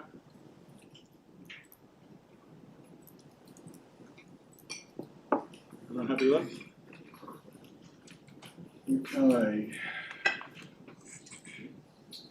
Item 11.6, donation sponsorships and grants approved September 2025. With Councillor Collins, second Councillor Wright. Julie, would you like to speak to the item? Yeah, thank you, Mr. Mayor. Councillors, it's just the list for noting of the donation, sponsorship and grant approvals on September 2025. So for the junior elite grants, it was 4 approved, totaling $1,000. Donations 3 approved, totaling $1,830. Sport and Rec Club grants 5 approved, totaling $7,500. Donation on council fees, only the 1 approved, totaling $1,252. And there was 54 approvals for the donation on rates and service charges, and that totaled $300,092.06. And there was also 4 applications that were declined in accordance with the policy. Thanks, Mr. Mayor.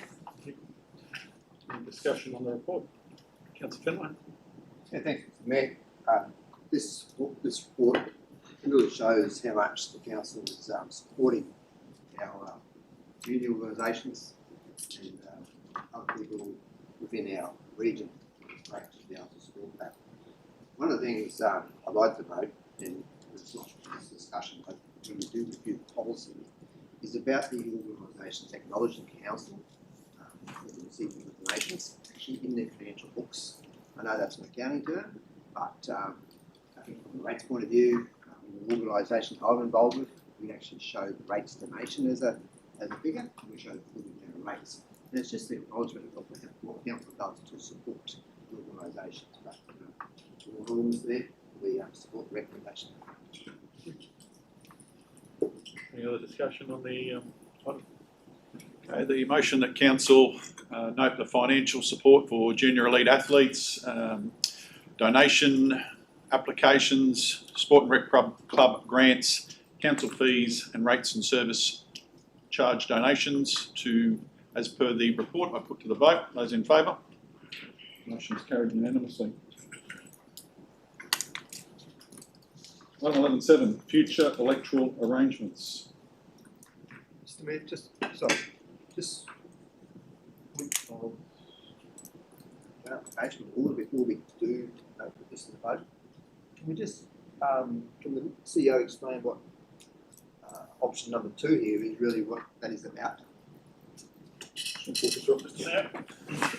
So what we're seeking here, and I'll see if Norm wants to add anything further, but obviously this is basically to start the process. So option 2 basically says prepare submissions to the Minister for consideration, and then we have to go through a whole range of steps in relation to that if we progress. Can I move this piece with a amendment or alternative resolution, please? Yep, would you like the amendment to be, Councillor? Thank you. I did just shoot through minutes, sorry about that. Minutes. But basically, I'm not happy with either of those. Obviously, we have already voted on previous data that we collected last term of council, and I think we've sort of moved past that, and obviously not. And I know the community, particularly in northern parts and the smaller communities, are not overly happy with changing anything. So I wouldn't be happy with, I guess, moving on anything unless we consult with the community again. Sorry, getting back to the point, I'd just like to initiate a timely community engagement process to seek the community's views on division and non-divisions in our local government area. So is there anything else needed? And basically bring that back to the table for consideration and discussion. So that's the amendment. I'll just ask a question.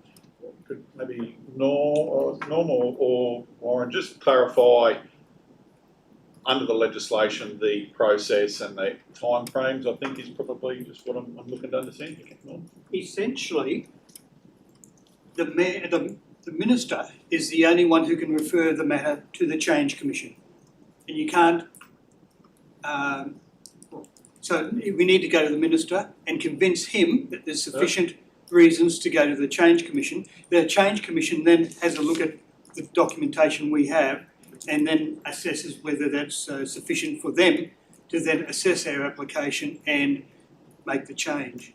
So there's nothing prescribed under legislation regarding time periods or anything like that? No, but obviously the obvious issue will be the elections in 2028. That's a fixed event. Yep.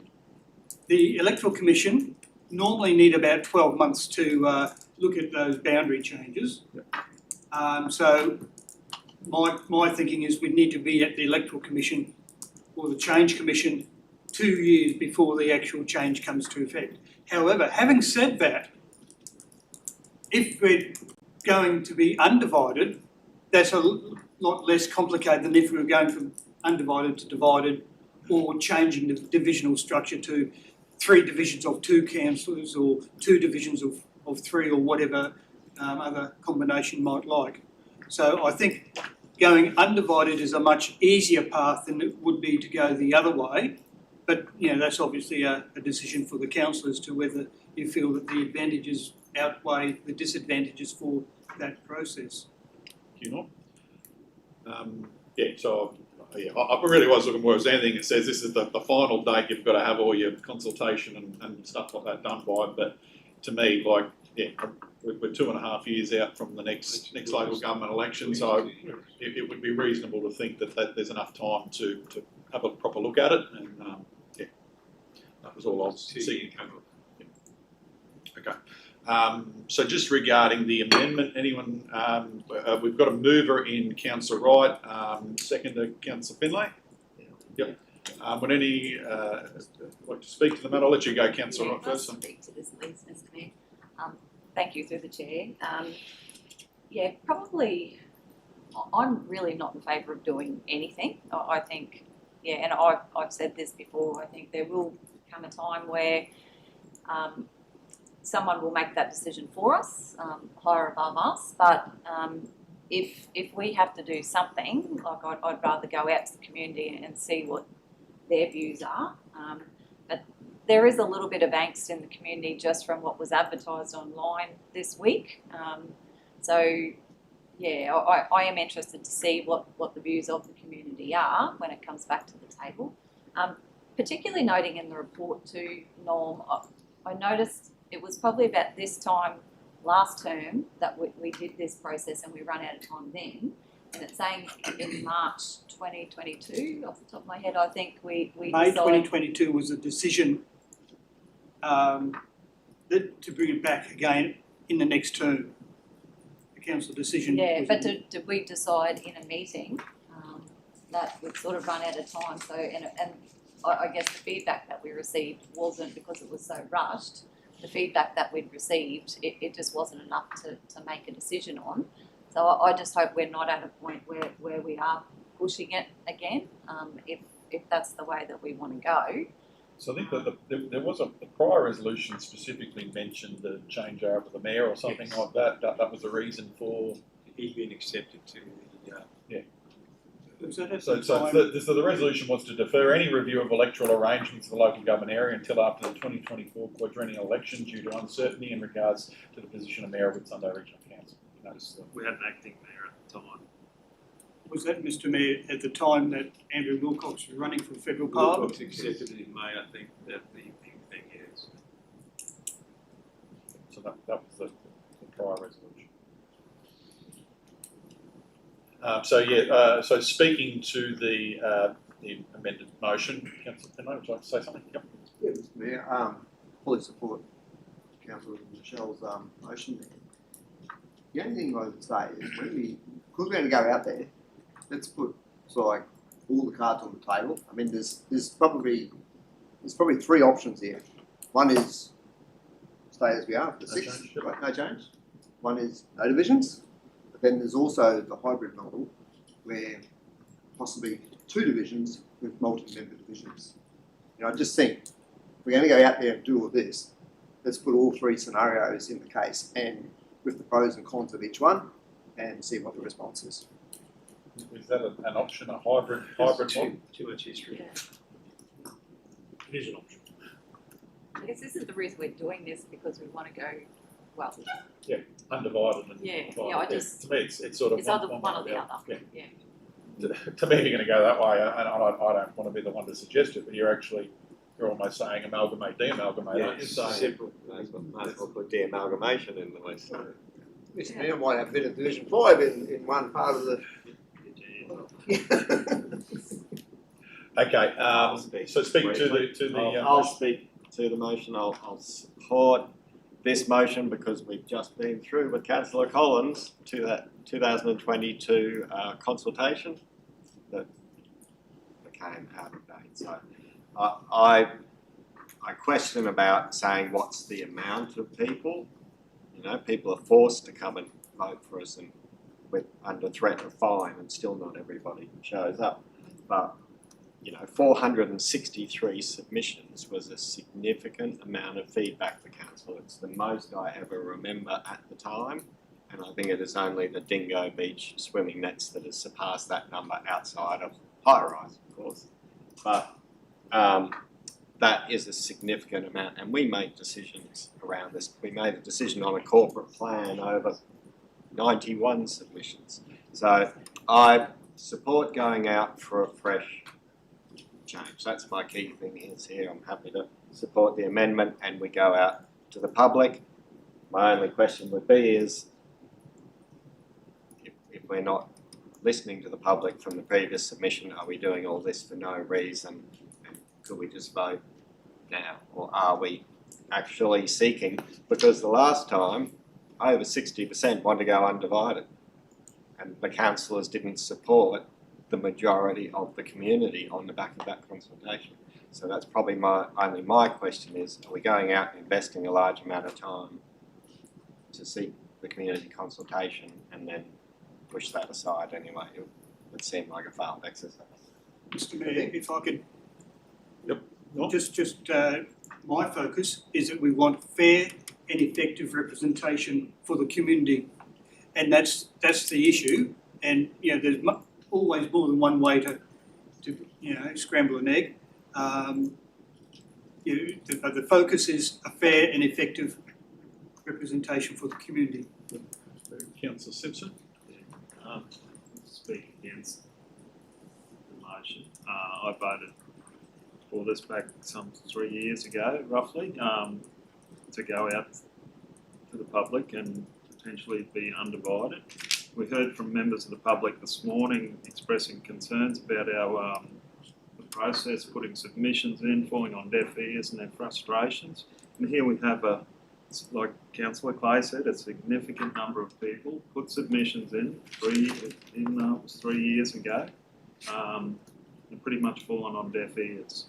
So I support, if that means we've got to go out again, probably get ask the same questions, get the same answers, and timeliness will probably be too late to make any changes. That's my concern. Like Clay rattled off Councillor Clay rattled off the numbers, but if you take Bowen and Collinsville out of the equation, the numbers were overwhelmingly in favour of undivided, staggering amount.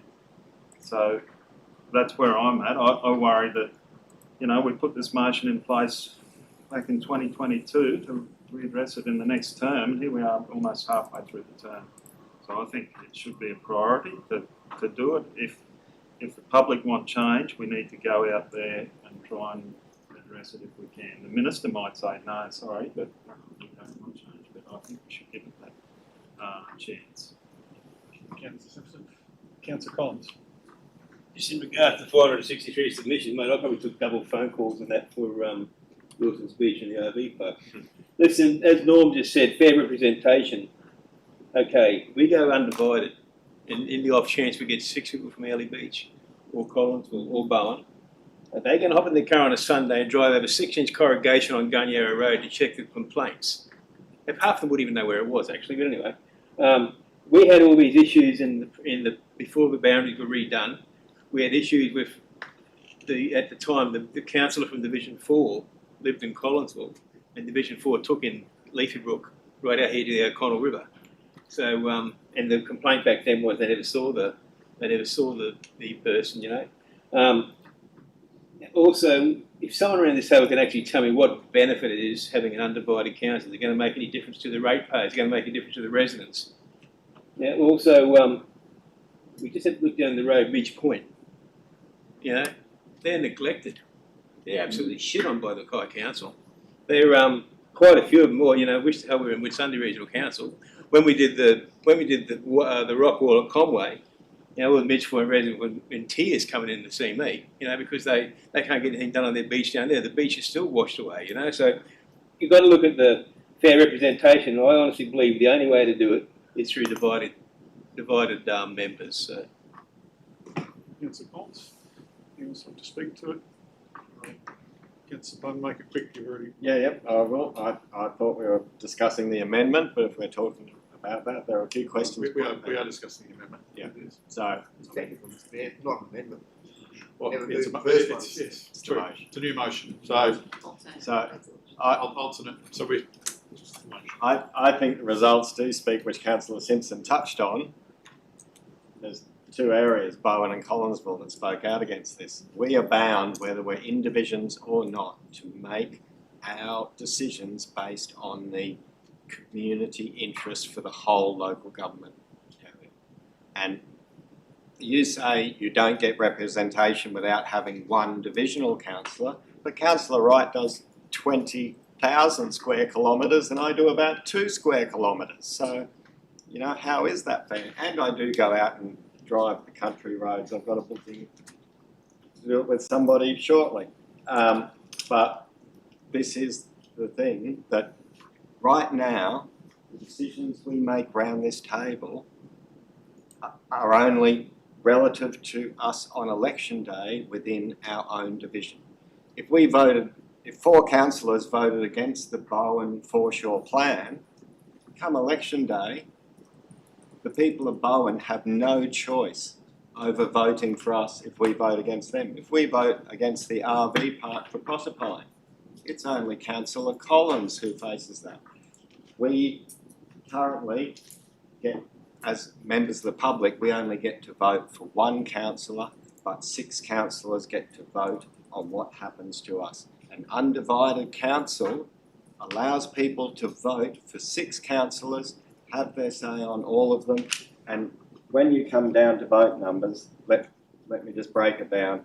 You know, Division 1 had 5,500, Division 3 had 5,050 votes placed, and Division 6 had over 5,000 votes placed. Excuse We me, are but spread I don't out. have 3,500. I don't have 5,000 voters in my division. But that's where they actually went to vote in the polling. Well, that's not what you're saying. It is, that's in the 2024 election where people actually voted. We're split across these areas. Everywhere still gets representation, but they get to vote for 6 councillors who do and act in the best interest of the entire region, which is what the Local Government Act says we have to do. Yeah, look, that's just, through the chair, that's just totally wrong. Like, that's rubbish. Like, yes, we are elected for our area. However, we all vote. We all get to have a say around this table. It's not just one person. And it shows in the vote. Like, you can call a division and you can see who's voting for what and who's supporting what.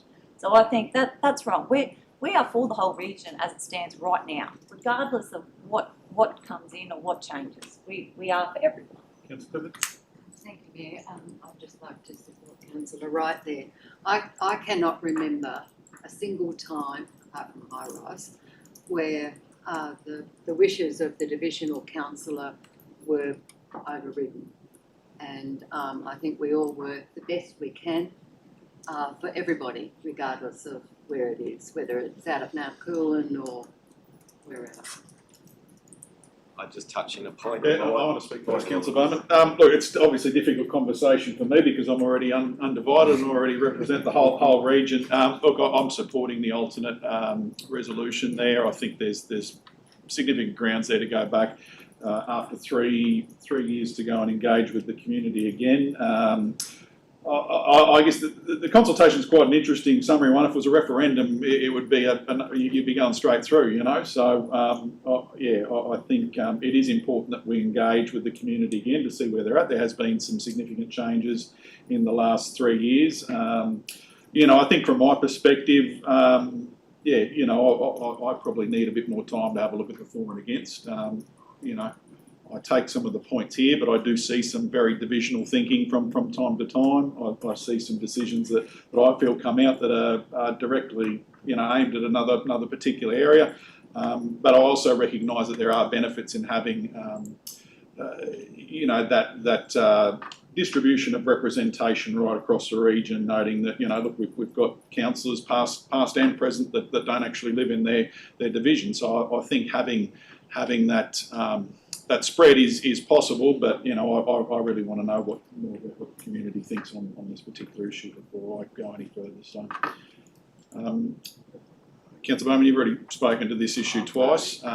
So anyone else like to round out? Councillor Wright, you've got the motion, so I'll give you the final say on it. Thank you. Through the chair, just like to really put out there that this could change council's future in the way that we operate. So just got to be very careful in how we deal with this matter.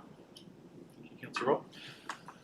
Okay, the motion that council initiate a timely community engagement process to seek the community views on divisions or non-divisions in the Whitsunday Regional Council local government area. I put to the vote. Those in favour? Those against? I'll vote for it. Sorry. Vote for. Against? Yeah, again, I'll start with my vote. Yep. Okay, so the motion's carried 6-1. Okay, moving on to Division, Mr Mayor, please. division called. Okay. Councillor Finlay called division. Councillor Finlay, Simpson, Wright, Collins, Clifford, and Mayor Collins for. Councillor Bowman against. Can I have a note of the officer's recommendation? Is there others in support of? The officer's recommended motion. But it's yeah. I think we've taken that off, haven't we? So it's purely on the amendment. Yeah, but there is an officer's recommendation, which is being. So we can just say Councillor Bowman. Just note Councillor Bowman notes the support of the officer. The initial recommendation. Thank you. Okay. All right. Moving on to Mr Mayor. The original motion had two options in it. Which one is Councillor Clay supporting? I think I don't think it was two options. I think it was actually a 1 and a 2. So two that council acknowledge and prepare. So I think that's how I read it. Is that correct? Sort of that we say we don't. There was we don't do anything. It's an option, Mr Mayor, and this is I take that point. first one says. Just say option 2. Sorry, if you could just say option 2 of the officer's recommendation. Yeah, Councillor Bowman supported the officer's recommendation, option 2. Yeah. Yeah, thank you. Okay. All right, moving to item 11A, proposal for reopening of Proserpine at rest stop. Councillor Collins. Over the declarable conflict of interest in this motion. I'm a partner in the business in Main Street of Proserpine. Have been for 37 years. 36 years, sorry. My wife is still my boss. And I wish to participate in the decision, and I do not believe a reasonable person could have a perception of bias because I believe. I acknowledge the councils must now determine, and blah, blah, blah, the councils can vote whether I can stay in the room, please. Just looking at what you got there, Nad. So Councillor Collins declared a declarable conflict of interest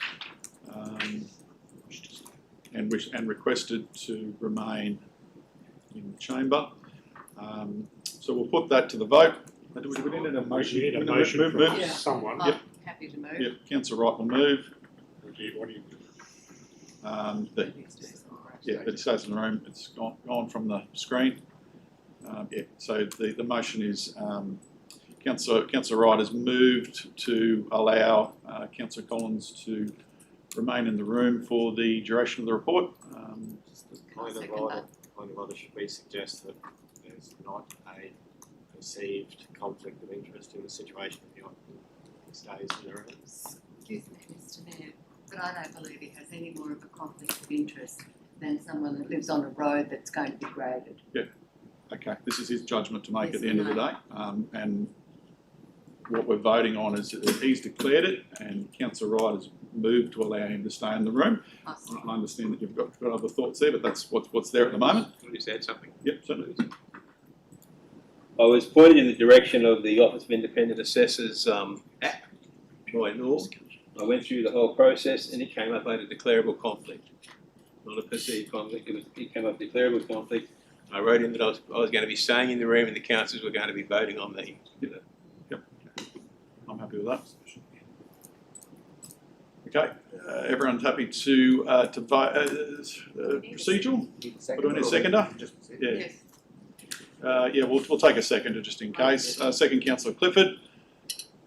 Okay, so the motion, Councillor Wright has moved to allow Councillor Collins to remain in the room during the discussion for the vote. All those in favour? The motion is carried 6-0. So now we'll move on to the report proper. Proposal for reopening the Proserpine RV rest stop. I'll move this one, Councillor Collins. Councillor Collins move, I'll second it. And who have we got here? Craig. Thank you, Mr. Mayor. I'll let you speak to the item. Thank you. So the report today seeks council support in reopening Proserpine RV rest stop, which is located, just to note, one of the appendix talks to Anzac Road. It's actually Main Street Proserpine, so 126 Main Street Proserpine, behind the St Catherine's Church. Recent interest from councillors and the community have highlighted the site value in attracting visitors and supporting the local economy. So the executive summary that the RV park, whilst operating, showed historical benefit for the economy, for travellers, and also provided Proserpine with an RV-friendly brand. So what the council officer is seeking the recommendation is to authorise the CEO to commence development application amendment to enable the reopening of the Proserpine RV rest stop in April 2026, and also authorise the CEO to identify the funding source to complete the works and operational costs associated with the opening of the RV stop. Now, within the report there are a number of calculations for the establishment and running of the RV park for the first year, and that's expected to reduce because there won't be an establishment cost moving forward. So it's really about operating the RV park through the dry months of April through October, not going to a hard seal, rather a road-based crusher dust, some structured signage with regards to bollards to try and lessen the need for compliance. So structured so people know where to park and you haven't got people parking each other in, utilising CCTV for assessment around having the right vehicles, which are to be fully contained or RV vehicles, so toilets and the like. And again, the numbers here with regards to the economic benefit that the economic team ran here, it's substantial. So, we think this is a great fit for Proserpine. Certainly, there's been a lot of advocacy around this table for the reopening of the park. So, again, so the report's there. I'm certainly happy to take any questions regarding that. Thank you. Thank you, Director Turner. Any questions for the Director or anyone would you like to speak to it, Councillor Collins? Yeah, look, if this gets across the line, it's going to be another great day for Proserpine. It was a sad day when they closed it, and I'm not going to go into details in regards to that, but I know I've actually taken quite a few phone calls in the last few days since people became aware that this was on today's agenda, and I told them all that I would pass on their concerns. I'm telling you all now, but they're all happy to see it happen, and they want it to happen. To save them all phoning the mayor and the other councillors around the table. So if this goes ahead, it's going to be a great day for the whole town. Look, before it closed, it was, look at 22 vans, 40 people a day walking up and down the street. It just made the place look a bit busier, and everyone was happy. And look, unfortunately, there's been businesses closed in the last 12 months. You can't put it to that, but I'm assuming that extra half a dozen people coming along into their shop might spend $5 or $10, or it adds up at the end of the week. It might be an extra $400 or $500, probably $1,000 for some of these businesses, as anyone knows at the moment, that money is hard to come by, and it'll only benefit everyone, not only Proserpine but the region. They can base themselves here and drive out to the dam, drive out to the beach and have a look around. They go to the islands for the day, and it'll be a great benefit for the whole town. I'll just add to that. I think since I come in, Councillor Collins and I have had a number of conversations around the opportunity to get this open, and likewise with Mr CEO. And look, I don't know fully the reasons under the previous council for shutting it, but I think Craig, kudos to you for looking at a very pragmatic way of getting it up and going at a relatively low cost. Look, I think there's benefit here in more ways than one. I think one of the points of debate at last week's LGAQ conference was around caravans parked on streets and how much of a hazard that's caused. And I know myself along Proserpine Main Street how problematic half a dozen caravans parked in the street here can be. So I think although you'll probably get some caravans still parking there. It provides an opportunity for those travellers to pull up, to have a look through the town, to spend some money. I would like there to be a strong focus on making sure they don't turn into longer term rest opportunities, and where those travellers are looking to spend longer periods of time, they're going to our caravan parks, and whether it be in Proserpine or Early Beach or up the road at Myrtle Vale. So yeah, I think look, in itself, well done, and look forward to seeing it come back online. Councillor Wright. Thank you, through the chair. I know that we've thanked Craig's team. I think it's great. It should never have been shut in the first place. But congratulations, Councillor Collins. I think you've stuck at it, and we've come out with a good outcome. Yeah, fully support it. And just one question is, so the dump point, is it still there as part of the original one? So that you don't have to do anything for that. It's just there. So just on the dump point then, is it? I don't know how social media and all that stuff works too much, but at the end of the day, is it promoted that we've got a dump point in Proserpine? So anybody can just pull up in there. You don't have to pull up. One at Anzac Road. Okay. There is one at Anzac Road. Another one too. So we've got two. Yeah. So thanks, through the Mayor, Councillor Fenner. So with regards to reinstating the park, there'll be a marketing campaign that goes around that. It'll explain what we're doing. We're not going to be hoping people find it. We'll certainly make sure people know it's there. And all the amenities that go with that. I should have said previously, we're also looking to put in destination information. So to be able to go in to the Mayor's point and actually disperse those people with having a great time in 48 hours, how much fun could they have in a week? So try and get them to Queen's Beach Holiday Park, Lake Proserpine. So let's disperse them around the region and show the benefit of that park across all of the LGO. Thank you, Mr. Mayor. Thank you, everyone. I know a lot of people have worked on this for a long time. I will give some background because this happened even before I came on council, but I believe about 6 years there was a development application.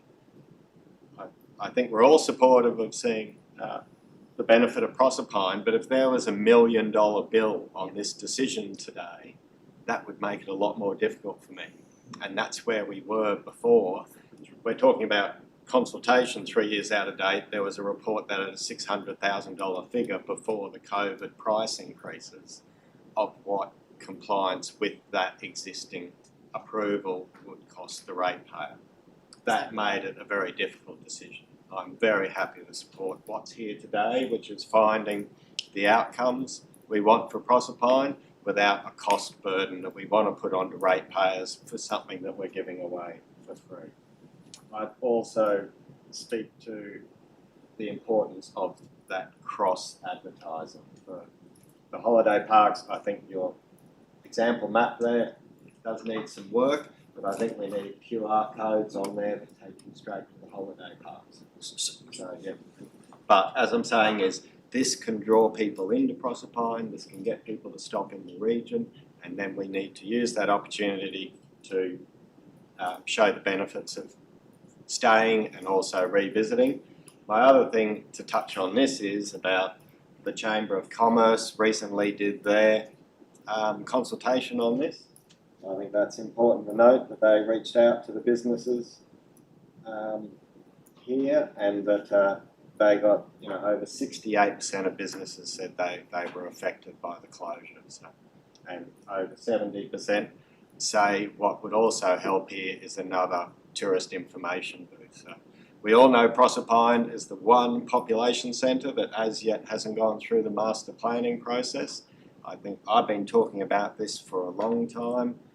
of how we do get a welcome in off the highway, somewhere easy to park, somewhere that helps sell the whole region and the Proserpine town centre. So I think this is only one step in helping Proserpine's future. Thank you. Thank you, Mr Mayor. Councillor Bowman. So with regards to the signage and the marketing, we've been speaking with Tourism Whitsundays, and they will be working with us to actually, for example, have QR codes that push through to all the regional drive maps they've produced. So we'll be ensuring that the information that's available there will be comprehensive. We'll ensure that people understand what's to do in the entire Whitsundays whilst they're actually enjoying the benefit of a 48-hour rest. Any further discussion on the item? Okay, the motion that council authorise the CEO to commence a development application amendment to enable the reopening of the Proserpine RV rest stop in April 2026. I like firm dates. Authorise the CEO to identify a funding source to complete the works and operational costs associated with the opening of the RV rest stop. I put to the vote. Those in favour? Motion is carried unanimously. Well done, Councillor Collins. Say something, please. Yep, certainly, Councillor Collins. I just want to reiterate, thanks Craig and the Economic Development team, and thanks Ryan, thanks very much. Well done, Councillor Collins. Okay, moving on to 11.9, Office of the Mayor and CEO Quarterly Report. I'll move this one. Second, Councillor Wright. Mr CEO, I'll let you talk to the report, please. So just a fairly concise report. It's been a very busy 3 months over the last 3 months. Obviously, we've been involved in a range of activities across the CEO's office, but just some of the key highlights. We finalised the annual report and the financial statements.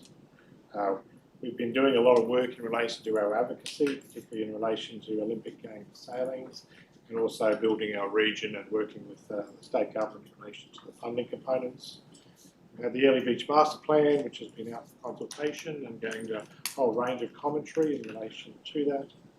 We've also been running a media campaign in relation to waste, to try and encourage people to recycle and utilise the bin system as best we can. We've also, the Economic Development team has been very active in relation to lodging grants and finalising acceptance of a number of grants over this period. We've also had the certified agreement with our own staff, working through that, and we're hopeful that that will move to its final stages over the coming months.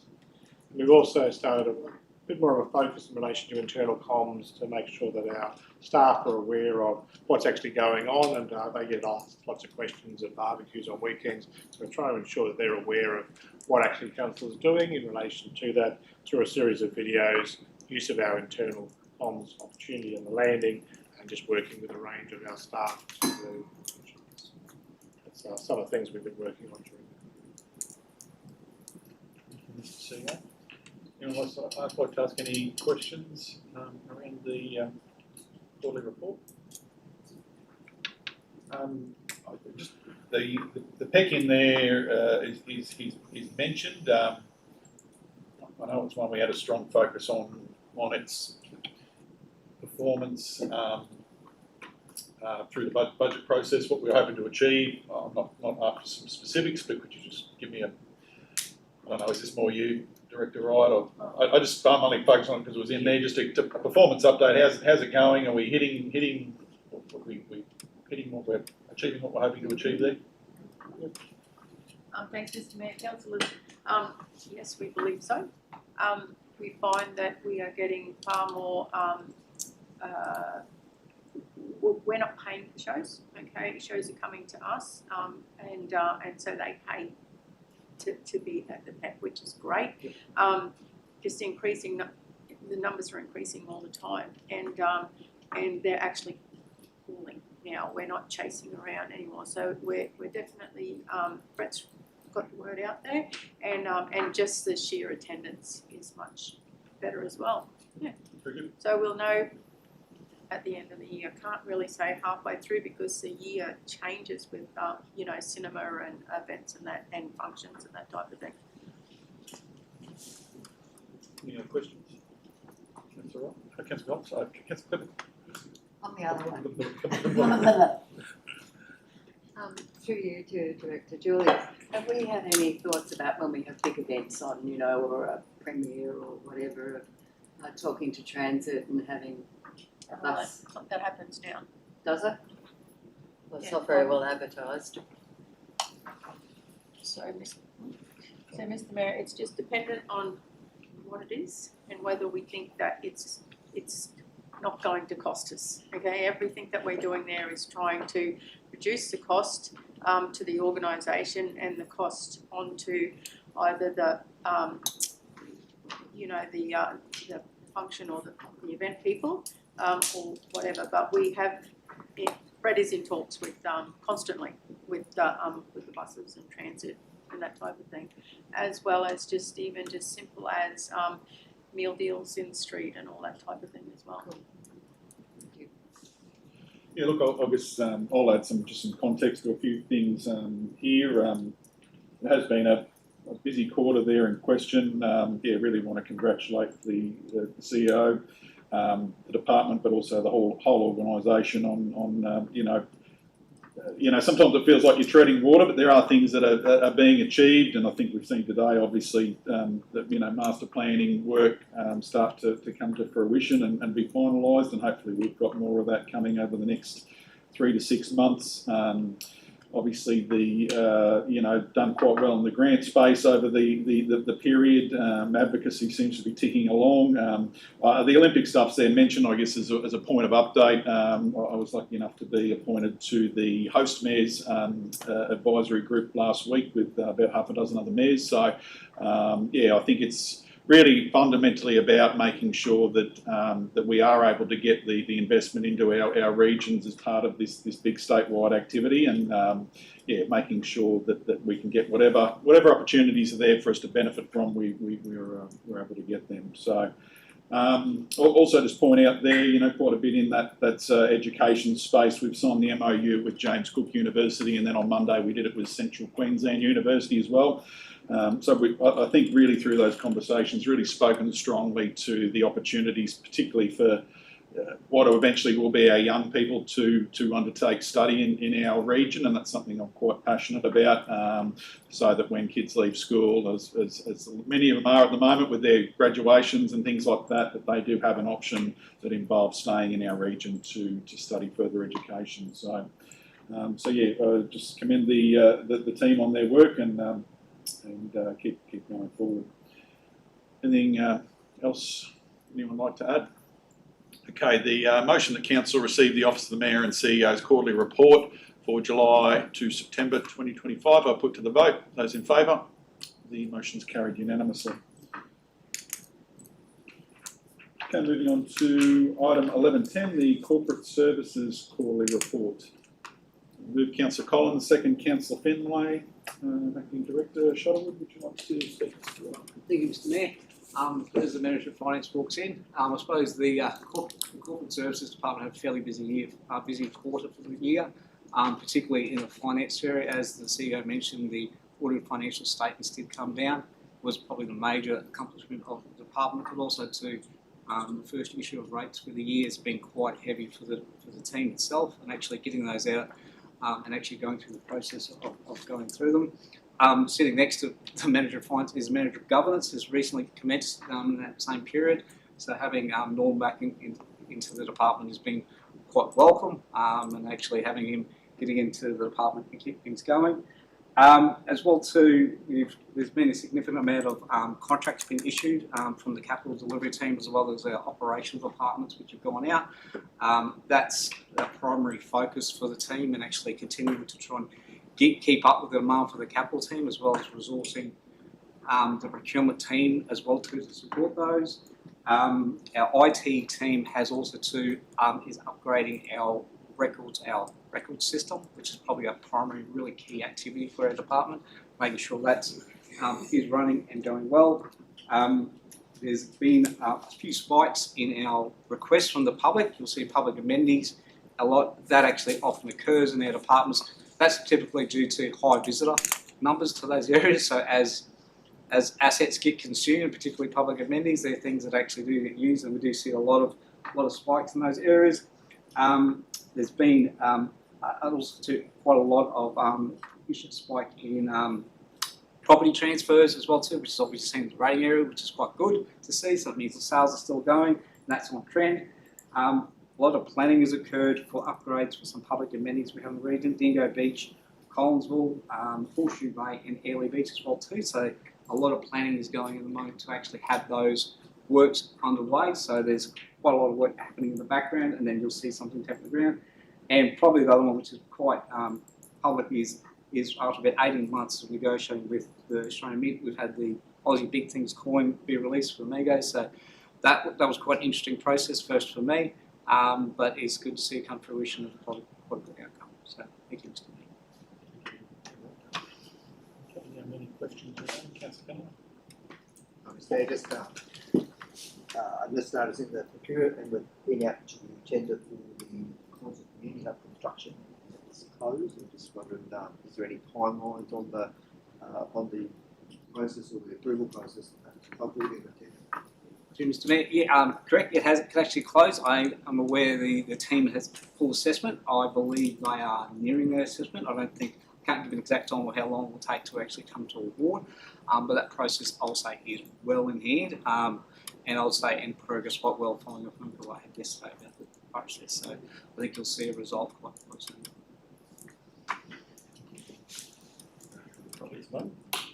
Just a quick one for me, maybe a bit general, just the revaluation of the land assets, 7.7 million increase at 16%. We've been through transport, just the depreciation effects within that. Is land really a devalued asset, or is that not something no that's depreciation associated with land, only appreciation. I was about to say exactly the same thing, Councillor Finlay. Yes, that's why I thought. Okay, any other questions? Okay, the motion that Council receive the Corporate Services Quarterly Report for Q1 of the 25-26 financial year I put to the vote. Those in favour? Motion is carried unanimously. Moving to item 11.11, the monthly finance report. Move Councillor Clifford, second Councillor Wright. Julia, would you like to speak to the report, please? Good morning, everybody. Today we have in front of us the September end of month financial report. Nothing too significant to report this month. It is on track to where I would expect to see us travelling. Our operating surplus stood at 30.7 mil at the end of the month after charging depreciation of $9.4 million. Our revenue overall is tracking on budget. We have a bit of a delay in some of our RMPC claims, so you will see a bit of a slight delay in the recognition of that revenue as we work through that process, as well as our financial assistance grant timing. So as you recall in Budget Review 1, we didn't touch operational budget, so that phasing has not yet been amended and will be assessed during BR2 and adjusted accordingly with the payment made at the beginning of the year rather than throughout. The second item to note is interest on investment. So we are tracking over budget at 114%. So we are still getting pretty competitive rates where we have our cash invested. So we will assess in a lot more detail when it comes to the second budget review and the cash rate decision next month as to what happens in that space and where we put our money in order to maximise that return. In the expenditure side of things, we're sitting under budget at 91%. Mainly due to phasing of materials and services, which again in Budget Review 2 will get really scrutinised across the organisation and timelines adjusted based on when spend is expected. In addition to our labour being under budget at 85% due to vacancies and future back pays in relation to EBA adjustments. So cash in the bank sitting at healthy levels, again what we would expect to be seeing at this point in time. What we owed have reduced. We were at 84.8 million last month, down to 32.2 million this month as a result of the timing of our prompt payment discount for rates, which has now passed. And I think the only other thing to note, we spoke about cash, capital delivery. So our capital budget is 131.8 mil as of our Budget Review 1. Up to the end of September, we've spent 6.9 million of that, or 5% of the full year budget, but we've got a further 30 mil that's been committed for works to be undertaken that equates to about 28% of the full year budget being either spent or committed up till September. Sustainability ratios are all green except for our asset sustainability ratio. I do sound like a broken record at the beginning of the year with a lot of these comments, but that's due to the timing of when projects are capitalised. So as they start to hit our books, as we progress into the second half of the year, you will see that turn around because we are budgeting a above target ratio for our asset sustainability ratio this financial year. Happy to take any questions that anyone might have. Just a question from me on the investments. I know you mentioned looking at some new term deposits and things like that. I guess as far as investment options and the alternative of land as opposed to cash in investments, is it treated how differently do you treat that? Obviously the money that's being invested is kind of capital funding, but the interest being made is then converted to operational funding. I guess with regards to land, can you just give us some context of how that might be treated differently? So our cash, essentially we've got technically one bank account but with a couple of different banks. So majority of our funds are generally held with Queensland Treasury Corporation, who provide usually a pretty good return on investment. We have shifted slightly in the last month to where we can earn some better funds on that cash. So the interest earned on investment is an operational revenue, you are correct. So that gets recognised in our P&L as such and is used to offset future rates increases, etc. It's another form of revenue generation for council to minimise those impacts. So I guess with regards to that grant funding boost and the interest being that will be received off that through the financial year, do you have any approximate numbers? Through the chair, at this point in time, no. I do have my team went out to market yesterday for term deposit rates, so we can see what the market's doing in 2 weeks in advance of the RBA meeting. So we want to get in early. We haven't yet received that 30 mil in the bank yet, but we're working with the economic development team on timing. Because if we can get confirmed timing, I'm comfortable locking away cash in advance of that if we get some competitive rates, more than likely today or tomorrow. And the interest, sorry to answer your question following that, the interest on that particular grant funding will be held in reserve for that particular project and any cost escalations that may happen as a result, particularly because it's such a large sum of money. Yep. Thank you. Any other questions on the monthly finance report, Councillor Bowman? Thanks, Leo. A little bit is, we've had a lot of announcements of grant funding coming in, and there's also a lot of rates dollars rolling in. That's all just going into the cash pool, is it? Obviously being invested or something like that, but I've just been trying to watch. It's very difficult for me to understand this money is appearing, like how much of these grants has actually come into us is the question, and then is that going into our investment program? Could that be slightly affecting our 114% because we have this extra cash? Probably my other question while I'm up is, with the employee costs being down, I'm still watching these on costs, and for me, I'm still trying to understand local government, but the on costs seem very large, even with the underrun. Doesn't seem like our on costs have dropped off. So still trying to understand, is that because we're paying money out to people who have left and it's not affecting things coming in?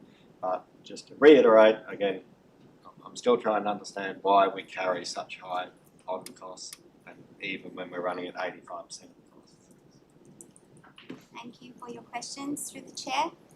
First, in relation to cash, so the main reason why our cash investments is tracking over at 114% is mainly to do with our capital carryovers. So with our budget, obviously we had forecasted we were going to spend all of last year's capital.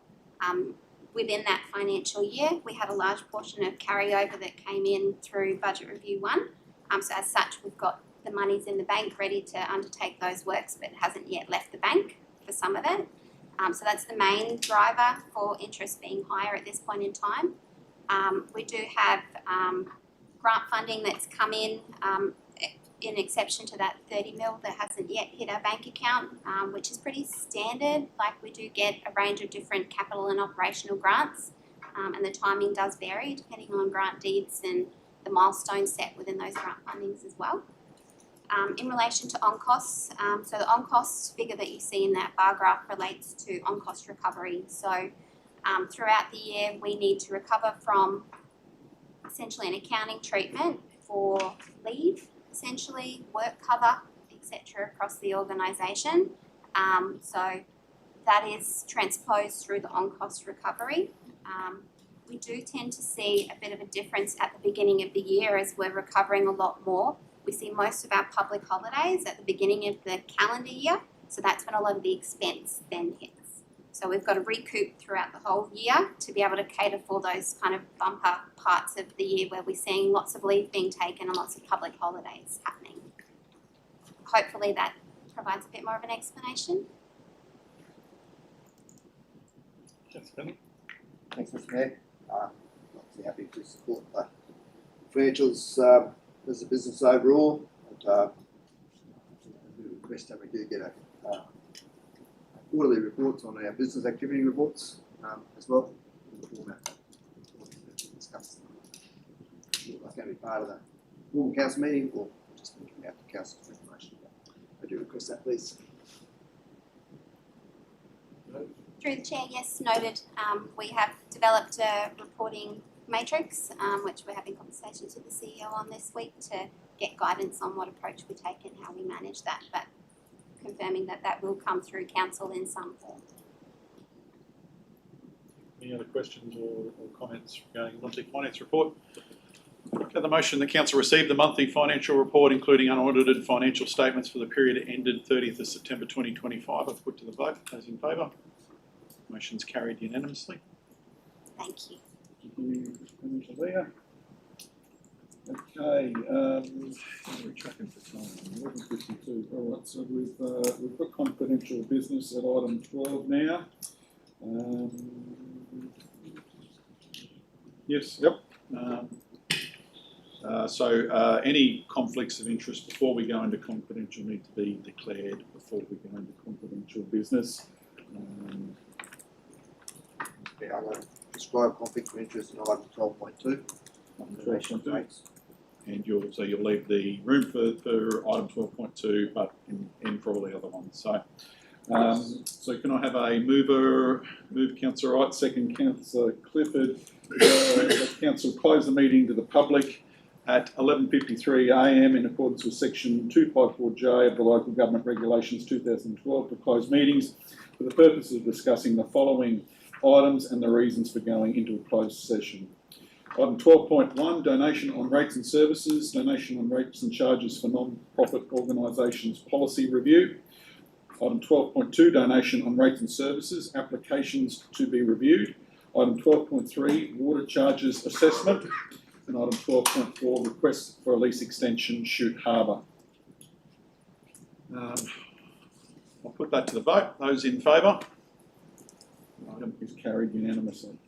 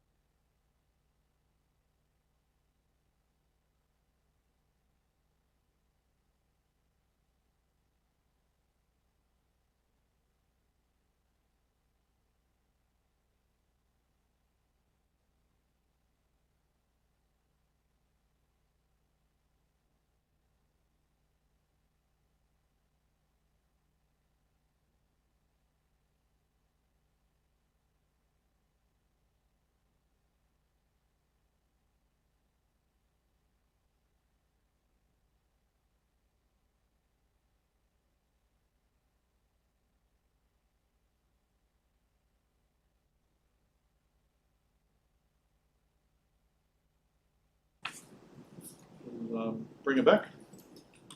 We have a mover, Councillor Clifford, second Councillor Wright, to return us to open meeting. All those in favour? Carried unanimously. Just know when you're all good, that's a yes? Okay. Right, where am I? Okay, item 12.1, donation on rates and charges policy. Councillor Finlay? So we're Moving up. Yep, so move. Right, second to Councillor Clifford. The motion that Council discuss further policy consideration of the donation on rates and charges for non-for-profit organisations. Policy be undertaken as part of the 26-27 budget process over the coming months. All those in favour? Motion is carried unanimously. Okay, 12.2, we've got a couple of conflicts. Yeah. Or possible one. There describe conflict of interest, Mr Mayor, as some of those applicants are clients of accounting business, which I manage. Councillor Clifford? I have a possible conflict of interest if policy is changed and the Whitsunday Housing Company receives a donation. Okay. At the moment we don't, and we haven't made application, but So you want to leave the room as part of I this will discussion? leave the room. Transparency. Thank you.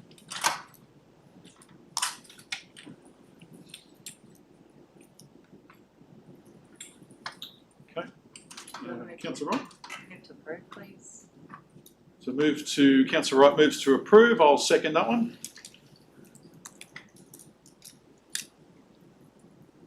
So that would be at is it point 3 is correct?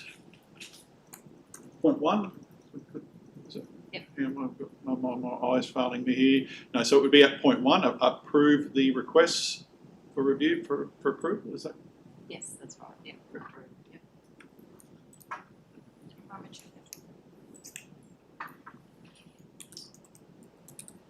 Okay. So the motion can read in accordance with the strategic policy donations on rates and charges for, it's not in accordance, we would delete that top line. Would that be appropriate?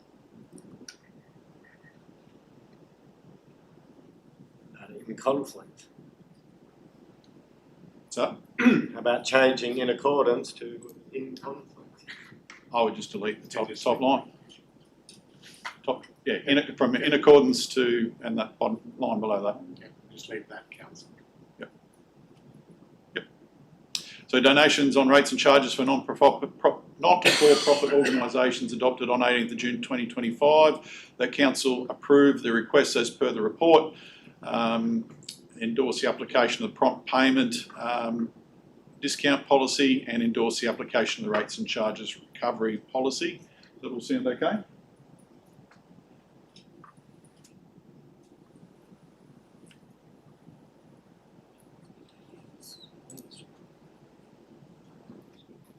Think of that council. Yeah, that Get rid of everything else, sorry. Get rid of the rest of it. The office is recommending. Get rid of the rest. This is a new motion that council approved. And should we just Need a 2 and 3? if we're doing that, can we just delete 2 and 3? Yep. Sorry, 2 and 3 gives us the ability to write off special prompt payment discounts for those, yep, as well as write off interest. So it's just applying our policy. So we're going to give them concession on interest charges, and we're going to allow them prompt payment discount 30 days from the date of resolution. Yep. Okay. All right. So happy to keep them in there. Yep. Okay. So yeah, coming back to it from the start, the council approved the request for approval of financial assistance for the cases lifts there. Endorse the application for prompt payment. Point 2, and endorse the application of rates and charges recovery policy to approve the write-off any current interest as per the report in item 3. Those in favour? Those against? The motion is carried 3-2. Can we let Councillor Clifford and Councillor Finlay back in the room, please?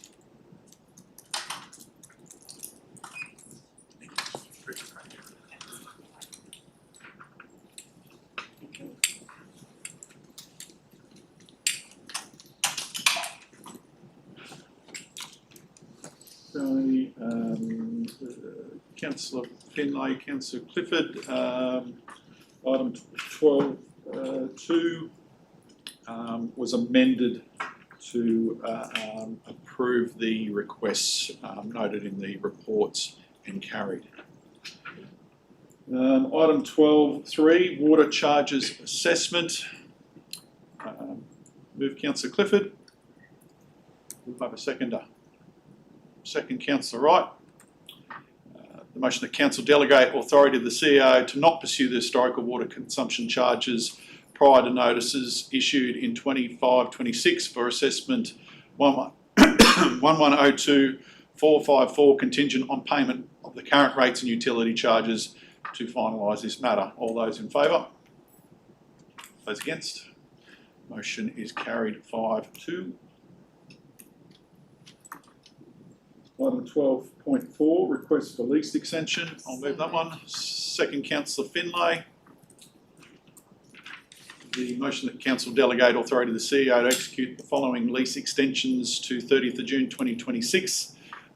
First one to Pioneer Adventures, second to Reef Star Cruises. I'll put to the vote. Those in favour? Motion is carried unanimously. Okay, moving on to item number 13, matters of importance. Would any councillors like to raise a matter of importance? Councillor Collins.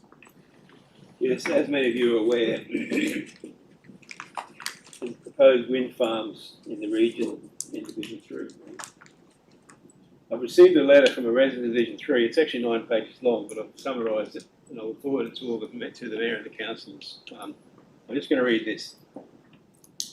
Look, on behalf of my family and the wider Crystal Brook, Tailing Gully, Kelsey Creek and Upriver communities, we implore Whitsunday Regional Council to support our community in raising serious concerns regarding the proposed Mount Challenger wind farm project. Secrecy and lack of public awareness and consultation. The community has serious concerns regarding the lack of transparency surrounding this project and the minimal effort made to inform or engage affected residents. We were misled to believe that the project site was located only at Mount Challenger. Based on the information available on the Alinta Energy's website, the project name itself, and the initial mail out received, it was only after meeting with Alinta Energy representatives that we discovered there were 2 proposed sites, including one at Crystal Brook, Kelsey Creek. At a proposed turbine height of around 240 metres, these structures would dominate the skyline and be visible across the region. For comparison, the Proserpine sugar mill stacks are 64 metres high. The visual impact alone would permanently alter the landscape. The view from Proserpine towards the dam, the defining feature of our community, would be lost beneath industrial towers. Whitsunday community recognise the importance of renewable energy and supports the responsible development. However, projects of this magnitude must be conducted with transparency, honesty and respect for the people most directly affected. From the outset, the Mount Challenger wind farm project has been marked by limited disclosure, selective consultation and inconsistent communication. Many residents only became aware of the proposal through word of mouth and community-led efforts, rather than through any structured or inclusive engagement process by the proponent. The lack of clear and timely information has created an atmosphere of confusion, frustration and mistrust. The project's name, referencing only Mount Challenger, led residents in the Crystal Brook, Kelsey Creek and Upriver areas to believe they were unaffected. This omission has had significant consequences, leaving local families and landholders to piece together information themselves.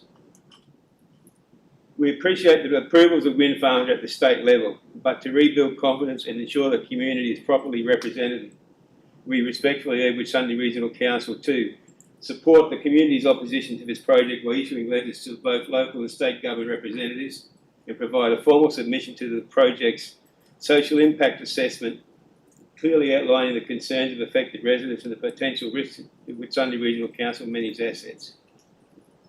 Beyond these immediate actions, we further urge Council to advocate for full transparency from Alinta Energy regarding project scope, timelines and environmental impact, independent assessment and verification of all community consultation activities to date, broader notification requirements ensuring all residents within potential visual, noise or environmental impact zones are formally informed, and a renewed commitment to genuine community dialogue, not post-decision justification.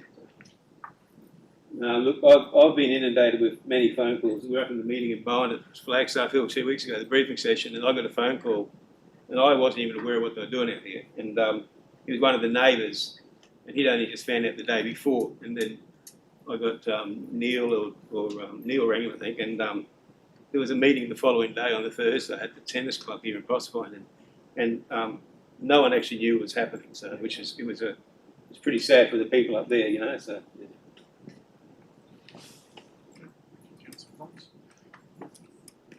Director Neil, just on commenting on that, there's a bit there. Really, it's a request for advocacy and support, but just the process around wind farm developments. It's obviously not our we're not the assessment manager on those. So just to confirm, my understanding is that they are now impact assessable. Under state planning regulation, the state is the assessor of those applications.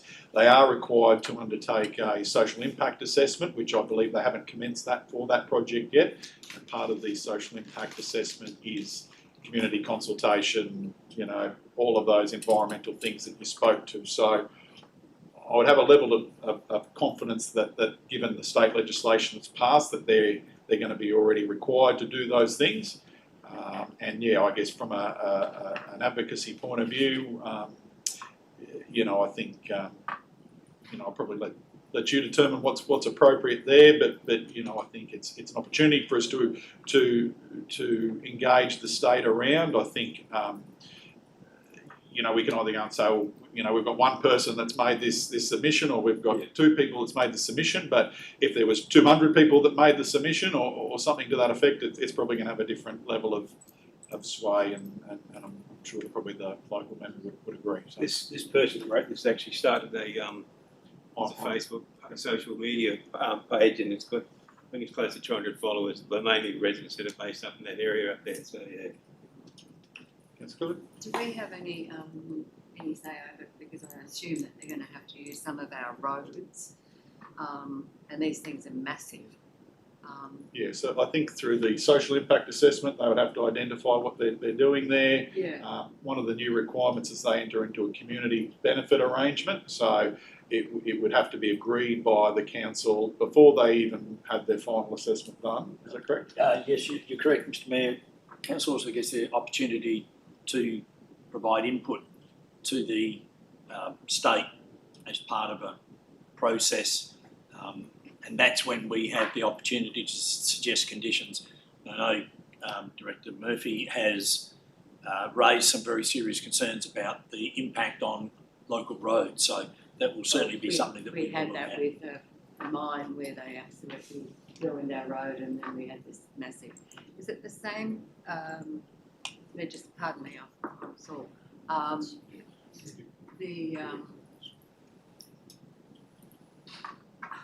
With solar farms as well.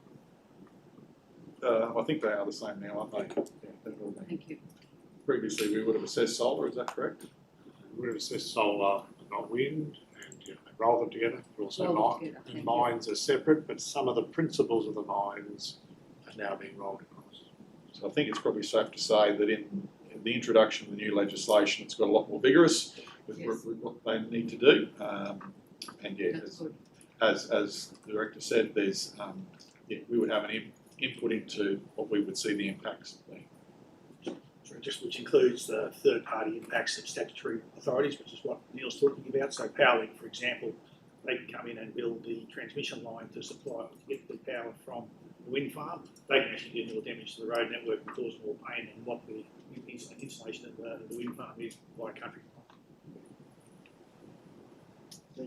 Thanks, Mr Mayor. I'd like to support Councillor Collins in speaking up for residents' concerns. I think we had a question from the public this morning with the planning process and the submission process, and just understanding this thing that is bureaucracy that we get tied up with every day now.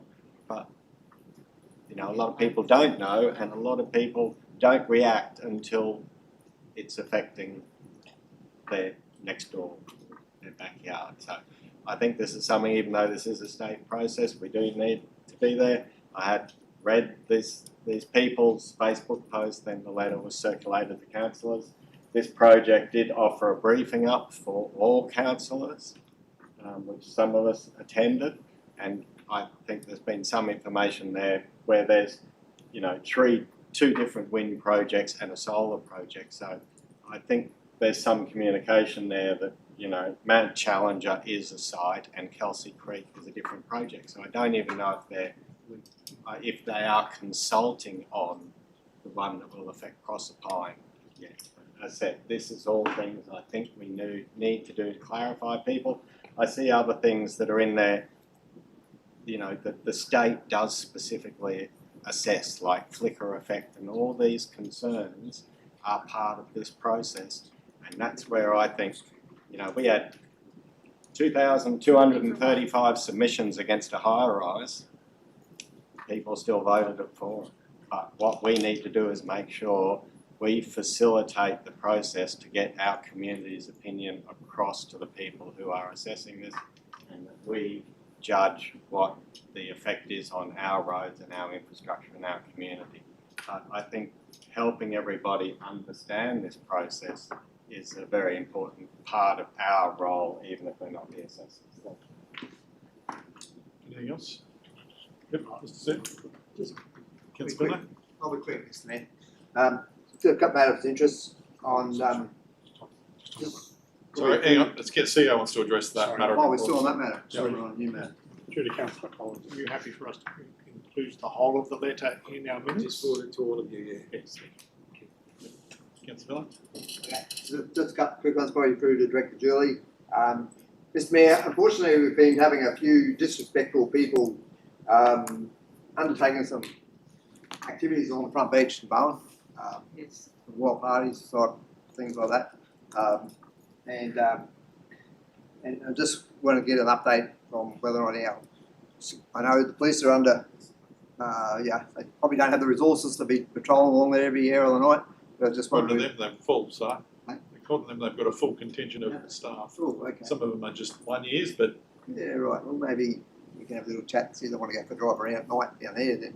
But otherwise, it's our security services, Mr. Mayor, and I know we haven't got move-on powers, but I don't know, sometimes just yell shine of the torch and I say, guys, get out of here, you know, do the right thing.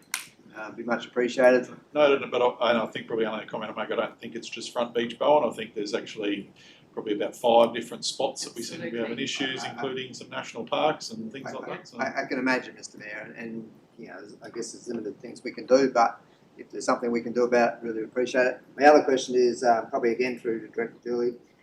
Whose jurisdiction is about people riding their their four-wheelers and bikes on the beaches? Is it legal or not legal, and whose jurisdiction is that? Mr. Mayor, councillors, it's not legal, but we can't give chase. So we can't give chase. We can Not unless we give them dune buggies. still in. You know, we put the signs up. They don't take any notice of them. I'm sorry, but I think UPS need to do a little bit more work around the place. We haven't got any evidence of what has been alleged last Saturday night, councillor. You've sent an email from the resident. The security, okay, 2:19, there was nobody on Front Beach after 2:19. The allegation is until 4 o'clock in the morning. Well, I'm sorry, there's no evidence whatsoever. And the security had been passed like 3 times. In their last run at 2:19, nobody there. So it's very hard to do anything when there's no evidence. But again, no move on powers, so there's not a great deal can be done. They're cleaning up after themselves as staff.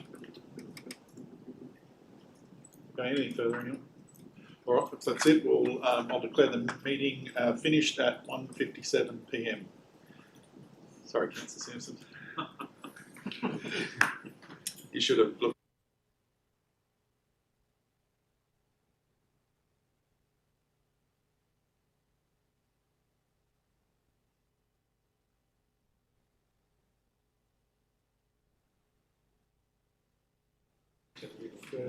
No,